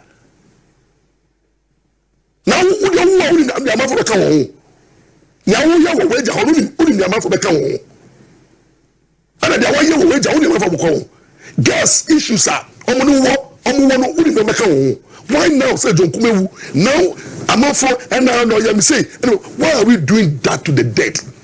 If they are a Ghanaian, where do we go wrong? What do you mean? So, Obiu, now the Bushia, Ensu, the Yiri, Amoni, the dead, the Ma, near Batia, also from what computer man, experienced pastor, Tehose, John Kuma, and Abaji Wasase, and the Yiri Mwadi. Oh my God, at this time, critical time. And people are not talking about it. Such a pastor should be condemned. You don't do that. What time for we don't rejoice. That's why we can say, also for Biara, I rejoice over the death of anybody, no, not dream of form or mental problem. He need deliverance. I say, deliver no. Also for Biara, who rejoice over the death of any child, anybody. Owo ni adia yemfe nyobi. Na NDC for say omo be hwehwemu as if omo doctors Jesus Christ NDC party mo ye mo de position chair because say John Kuma wo NDC issue mo be investigations they say mo hu say mo Ghana a whole opposition party ye koto abaka 10 months less than 10 months ye koto abano John Kuma wo mo for say manifesto Adani policies and programs. Adani mo campaign message. John Kuma. My investigate atamas DV. Na musomu serious. And this as a party. And I'm here and John Kuma wono and they are poison and MPP party no poison members. Na kati smart agenda no it was as a gandam. Ya gandam ba mano. Shedaka magnify no. Ma munya messages. What do I say? NDC, Cathy Smart, Kevin Taylor, any more multi social media, NDC for Niano, Munya, John Kuma campaign promise. What do I say? Mama so can be. Namunyano, a campaign message. Namunyano, manifesto. Mufashemu, John Kuma, investigation of John Kuma is a campaign manifesto. Mufamra. Let me who say, no problem. Let's honor John Kuma. I propose, say a Edusu constituency, no, nobody should go and contest John Kuma's spirit. Yen training John Kuma wife don't take you over. as the sole parliamentary candidate. So, Fantiman MP, Kwansa, Ekoyeno. The new police officer, I be taking over. John Kuma Yere, also for the near ding. They said John Kuma spirit a bit running. Muma John Kuma Yere no, and standing on a post. Now, on winning the seats. And this is the moment John Kuma Yere be president. Parliamentary candidate, no, I don't think NDC you can go and contest because the whole Ejoso, including NDC, support a cable move on the Abetuama, John Kuma Yere. We also Ejoso constituency, Niabema Baumia, 100% votes. And Ashanti region, this is the time. Let's unite for the sake of John Kuma. Let all Ashantis and MPP come together. Let the region win. If I honor John Kuma, Muma Asante for sorry waka. No mun ta John Kumechi. No mun fe bufon traba. Entia or opponent. If I honor John Kuma, John Kuma will be happy. Say baby will be ano. Obe banda ni yere MP. Na if you so John Kuma spirit abua MPP. So to see do Baumia Brow Tim Criminal or the spirit also be careful. Emma Yatuaba or whom name Emma Asante Regi Ama MPP more than 90%. Now at the end of the day, no, Dr. Baumia, the whole Ghana, Bekanono, our next president, so that we can honor. Mama John Kuma win should be in vain. Mama MPP NDC4 Unkos led by Captain Smart in Kevin Taylor, any Black Rasta mo, any Omwa, those who think say they want to process the death of John Kuma should go ahead. I think they have NDC have enough time until they go ahead with the investigations, but MPP should focus. John Kuma, the star, was to see Baumia being the next president of the Republic of Ghana. The desire was to still hold on to Ejoso. And the wife should be encouraged. The born person don't come soon they die. No, the spirit of being a politician, be well obanimu, and let the woman go and deliver. May John Kuma's soul rest in peace. We love you, and we will always remember. Just will never forget you. There will be a lot of things done in your name.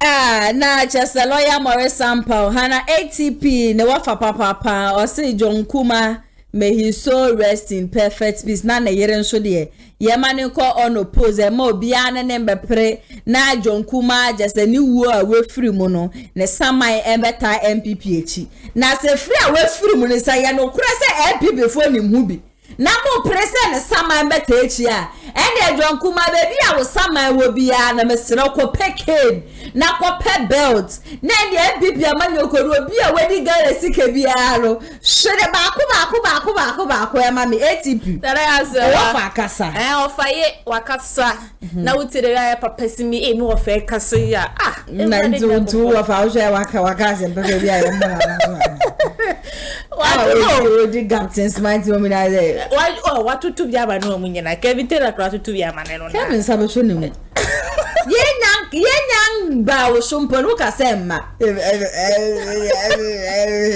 ofaye kaza nana unhwe ye last week ye ohene ba ere ba bontin kwana na on say nyina ye ti niema bi ase cause ni enim de ekoso ho but ba ye na ma ye ga na fokra ni ada ye ho so edi bebre na ye de etu ye ho zese ne mse me ma wonto aduane mbre me bi oni me kra nya de kra me kra meto aduane kra de abro bi o wafa ne lawyer Morris Sample de na tese mutumi ye bibia Miner Morris ana me wafa so wafa anti mutumi ye bibia mu hu me ni mo fa nyina ye nyina ye wa ko heaven no fa na we si today ala de me ko nyina ne se meye Apostle Lillian ye bestre no say interviews na wo ye no woma on is wonjai on twa na eja ontimi entina se na to aso menyansem na na to aso ana ne menyansem abetena ha be kan to ayam obeka asema akoka de enye de yen kantina na yebesre no say interviews na eja wo grant no o twa bibia na ni kuna wawu no 1 week kra mai say ni kra sia ye wie kra na nkeja enka wote abe for interviews na nkenne ade chi ade sa na fine ko si hindia enka ni problem ya say 1 week kra mai just about 3 days later and wa betina so na o kan sama ho draw na fine ko si ni enti yebesre na da and I think so say autopsy report to ho a amafo pen masa wo ye de kra ma nke be banka dada mom na nka wonsaka they said akwanche na ye kire wo na ukodu 37 ho na hello and I can the name from na wa ye de who e dia banyakopo enfa ye jonkuma e krasi said e be ya eni said that na ye nyina be kwa kohiem osoro honom heaven honom ni yakobo ampe mudi Ghana sikawi a mo pre heaven mo be say nyankopon no oye yi wo odi Ghana sikawi media ma asem na make me mo obi edin mudi Ghana sikawi a mo pe na mo hwe pass ye kasa na nado ko heaven ready nyankopon na fa wo so mami na nado be ko heaven no emudi ewe na nado na kwa kufu paradise ho kra aga do show mame paradise ho kra na nya dia wo bedu ATP mame na wasiye papa wona wo fa mabekasa na apostle ya wusi onja kasa na mebe condemn apostle mesra wuja kasa wa hamme na ya asewa miawe ni kwaso grant interviews no mesebu pa kwa na abehie difuo wuja kasa sisi a wa hamme ye papa the next one ya wo mo be friends wo mo peso wo no twetwe nkomo no de awunim bia no wo betumi aka e de ato ho no me de amaye so wo bi a wukunu afiri mu less than a week na wuntumi nka wanom tum wuntumi mpeko pay yi tuntum bi enfe franco ti ni show mama fu hu maba wundi ntum so wukunu wu a wewi de ya de ya na so be grant interview si dia and ye miawe ni na grant ko ye papa na Captain Smart no wa beka na asem obeka na asem so na wukunu etiase na wukunu wuye wukunu wo bibi ka anko be yi ano enye nna na wafiri mu no e na wo ba be kire mi se enye poison na just de wu nim no ade na wo mfa ne sa na se wo ntwempo na wo mo nkata wukunu chi kura nsa na wo bibi ka na wo nchiremu bi a wo de ababo nti eto de bi a mo ye mpenufo a ye di mo ye hwase na mutu anamo no but anamo na mutu no se mo chi achi ya mo fre ya no ene ye betia mo mo hunu se ya the line na wutwa no se bi we chi ati nti ne san we chi na bra betwa ne ye ko ebushia wana kopa o mo chewo ma wo manti ase se wo mu piepia na ma wo kasaye ebia to you ni de onu wo be ka sempa but to me na ya se wade mi ho asempa bi a wo be kan ye wo a wo je bre so hwe adwumade wo nso nyankopon insha ye papa aha na mbeba me kwan na nsema me ne ha no ATP ye de be so mo sa ti adwumade ye de ni na no esi wali adwumade ho na ba so so ya se a wo product bi na ba se ye bo ho de ro so e de ma wa number no 0550623377 and as 0557036109 and some chose to coupon watch a chef on what Donia Butcher so pebi pandia na just a sabre Kumasi online media school and American for amount and mo fa just a wo mu re mu January ya no sa meka dwuma wo mu bo wo fidiem hanum say ya enya sem ketwa kra it's never too late Emma won so a wo hwe dwumadie won so wani je camera handle wani je TV and radio presentation de metike ya me ye wani je say obeka Tree news and I say English news when it editing ho MCL social media drone shots any DJ in the keka hu nyina na Mr. for just 100 Ghana cedis bra na feba foul forms na yem found quantity ye pemushane so say we a 3-month intensive practicals so pay ye kwan a ye waskwa ye ni TI amas and edin sheni for any inquiries betimi afre L0550623377 and as 0557036109 offer numbers the movie I bejibre na no atwetwe enkomo saso na mo amoye wedding engagement funeral birthday program bia wo ye bia no Kumasi online TV ye bia ya promote honum sembetimi aton sa afre ni ababe streaming live on Facebook and also on YouTube ede ama me say your camera any your lighting system there yen kan bebre your camera there ni afeye papa baby a wo bia no e bia ababe ye March April June July August busumi bia no oton safre yen ya ye beba betwa ne kama ye bia na ache send ye ope copy ye dia to pen drive so na ye dia ma bibi kitue bi pe and I'll be tea and a distance and so dear it's never a barrier and found when baby I will so she promo she tokro mukrana we invite you and quite a bebani about stream program no Eddie I'm waiting me a friend for bookings and answer enquiries L 05506233377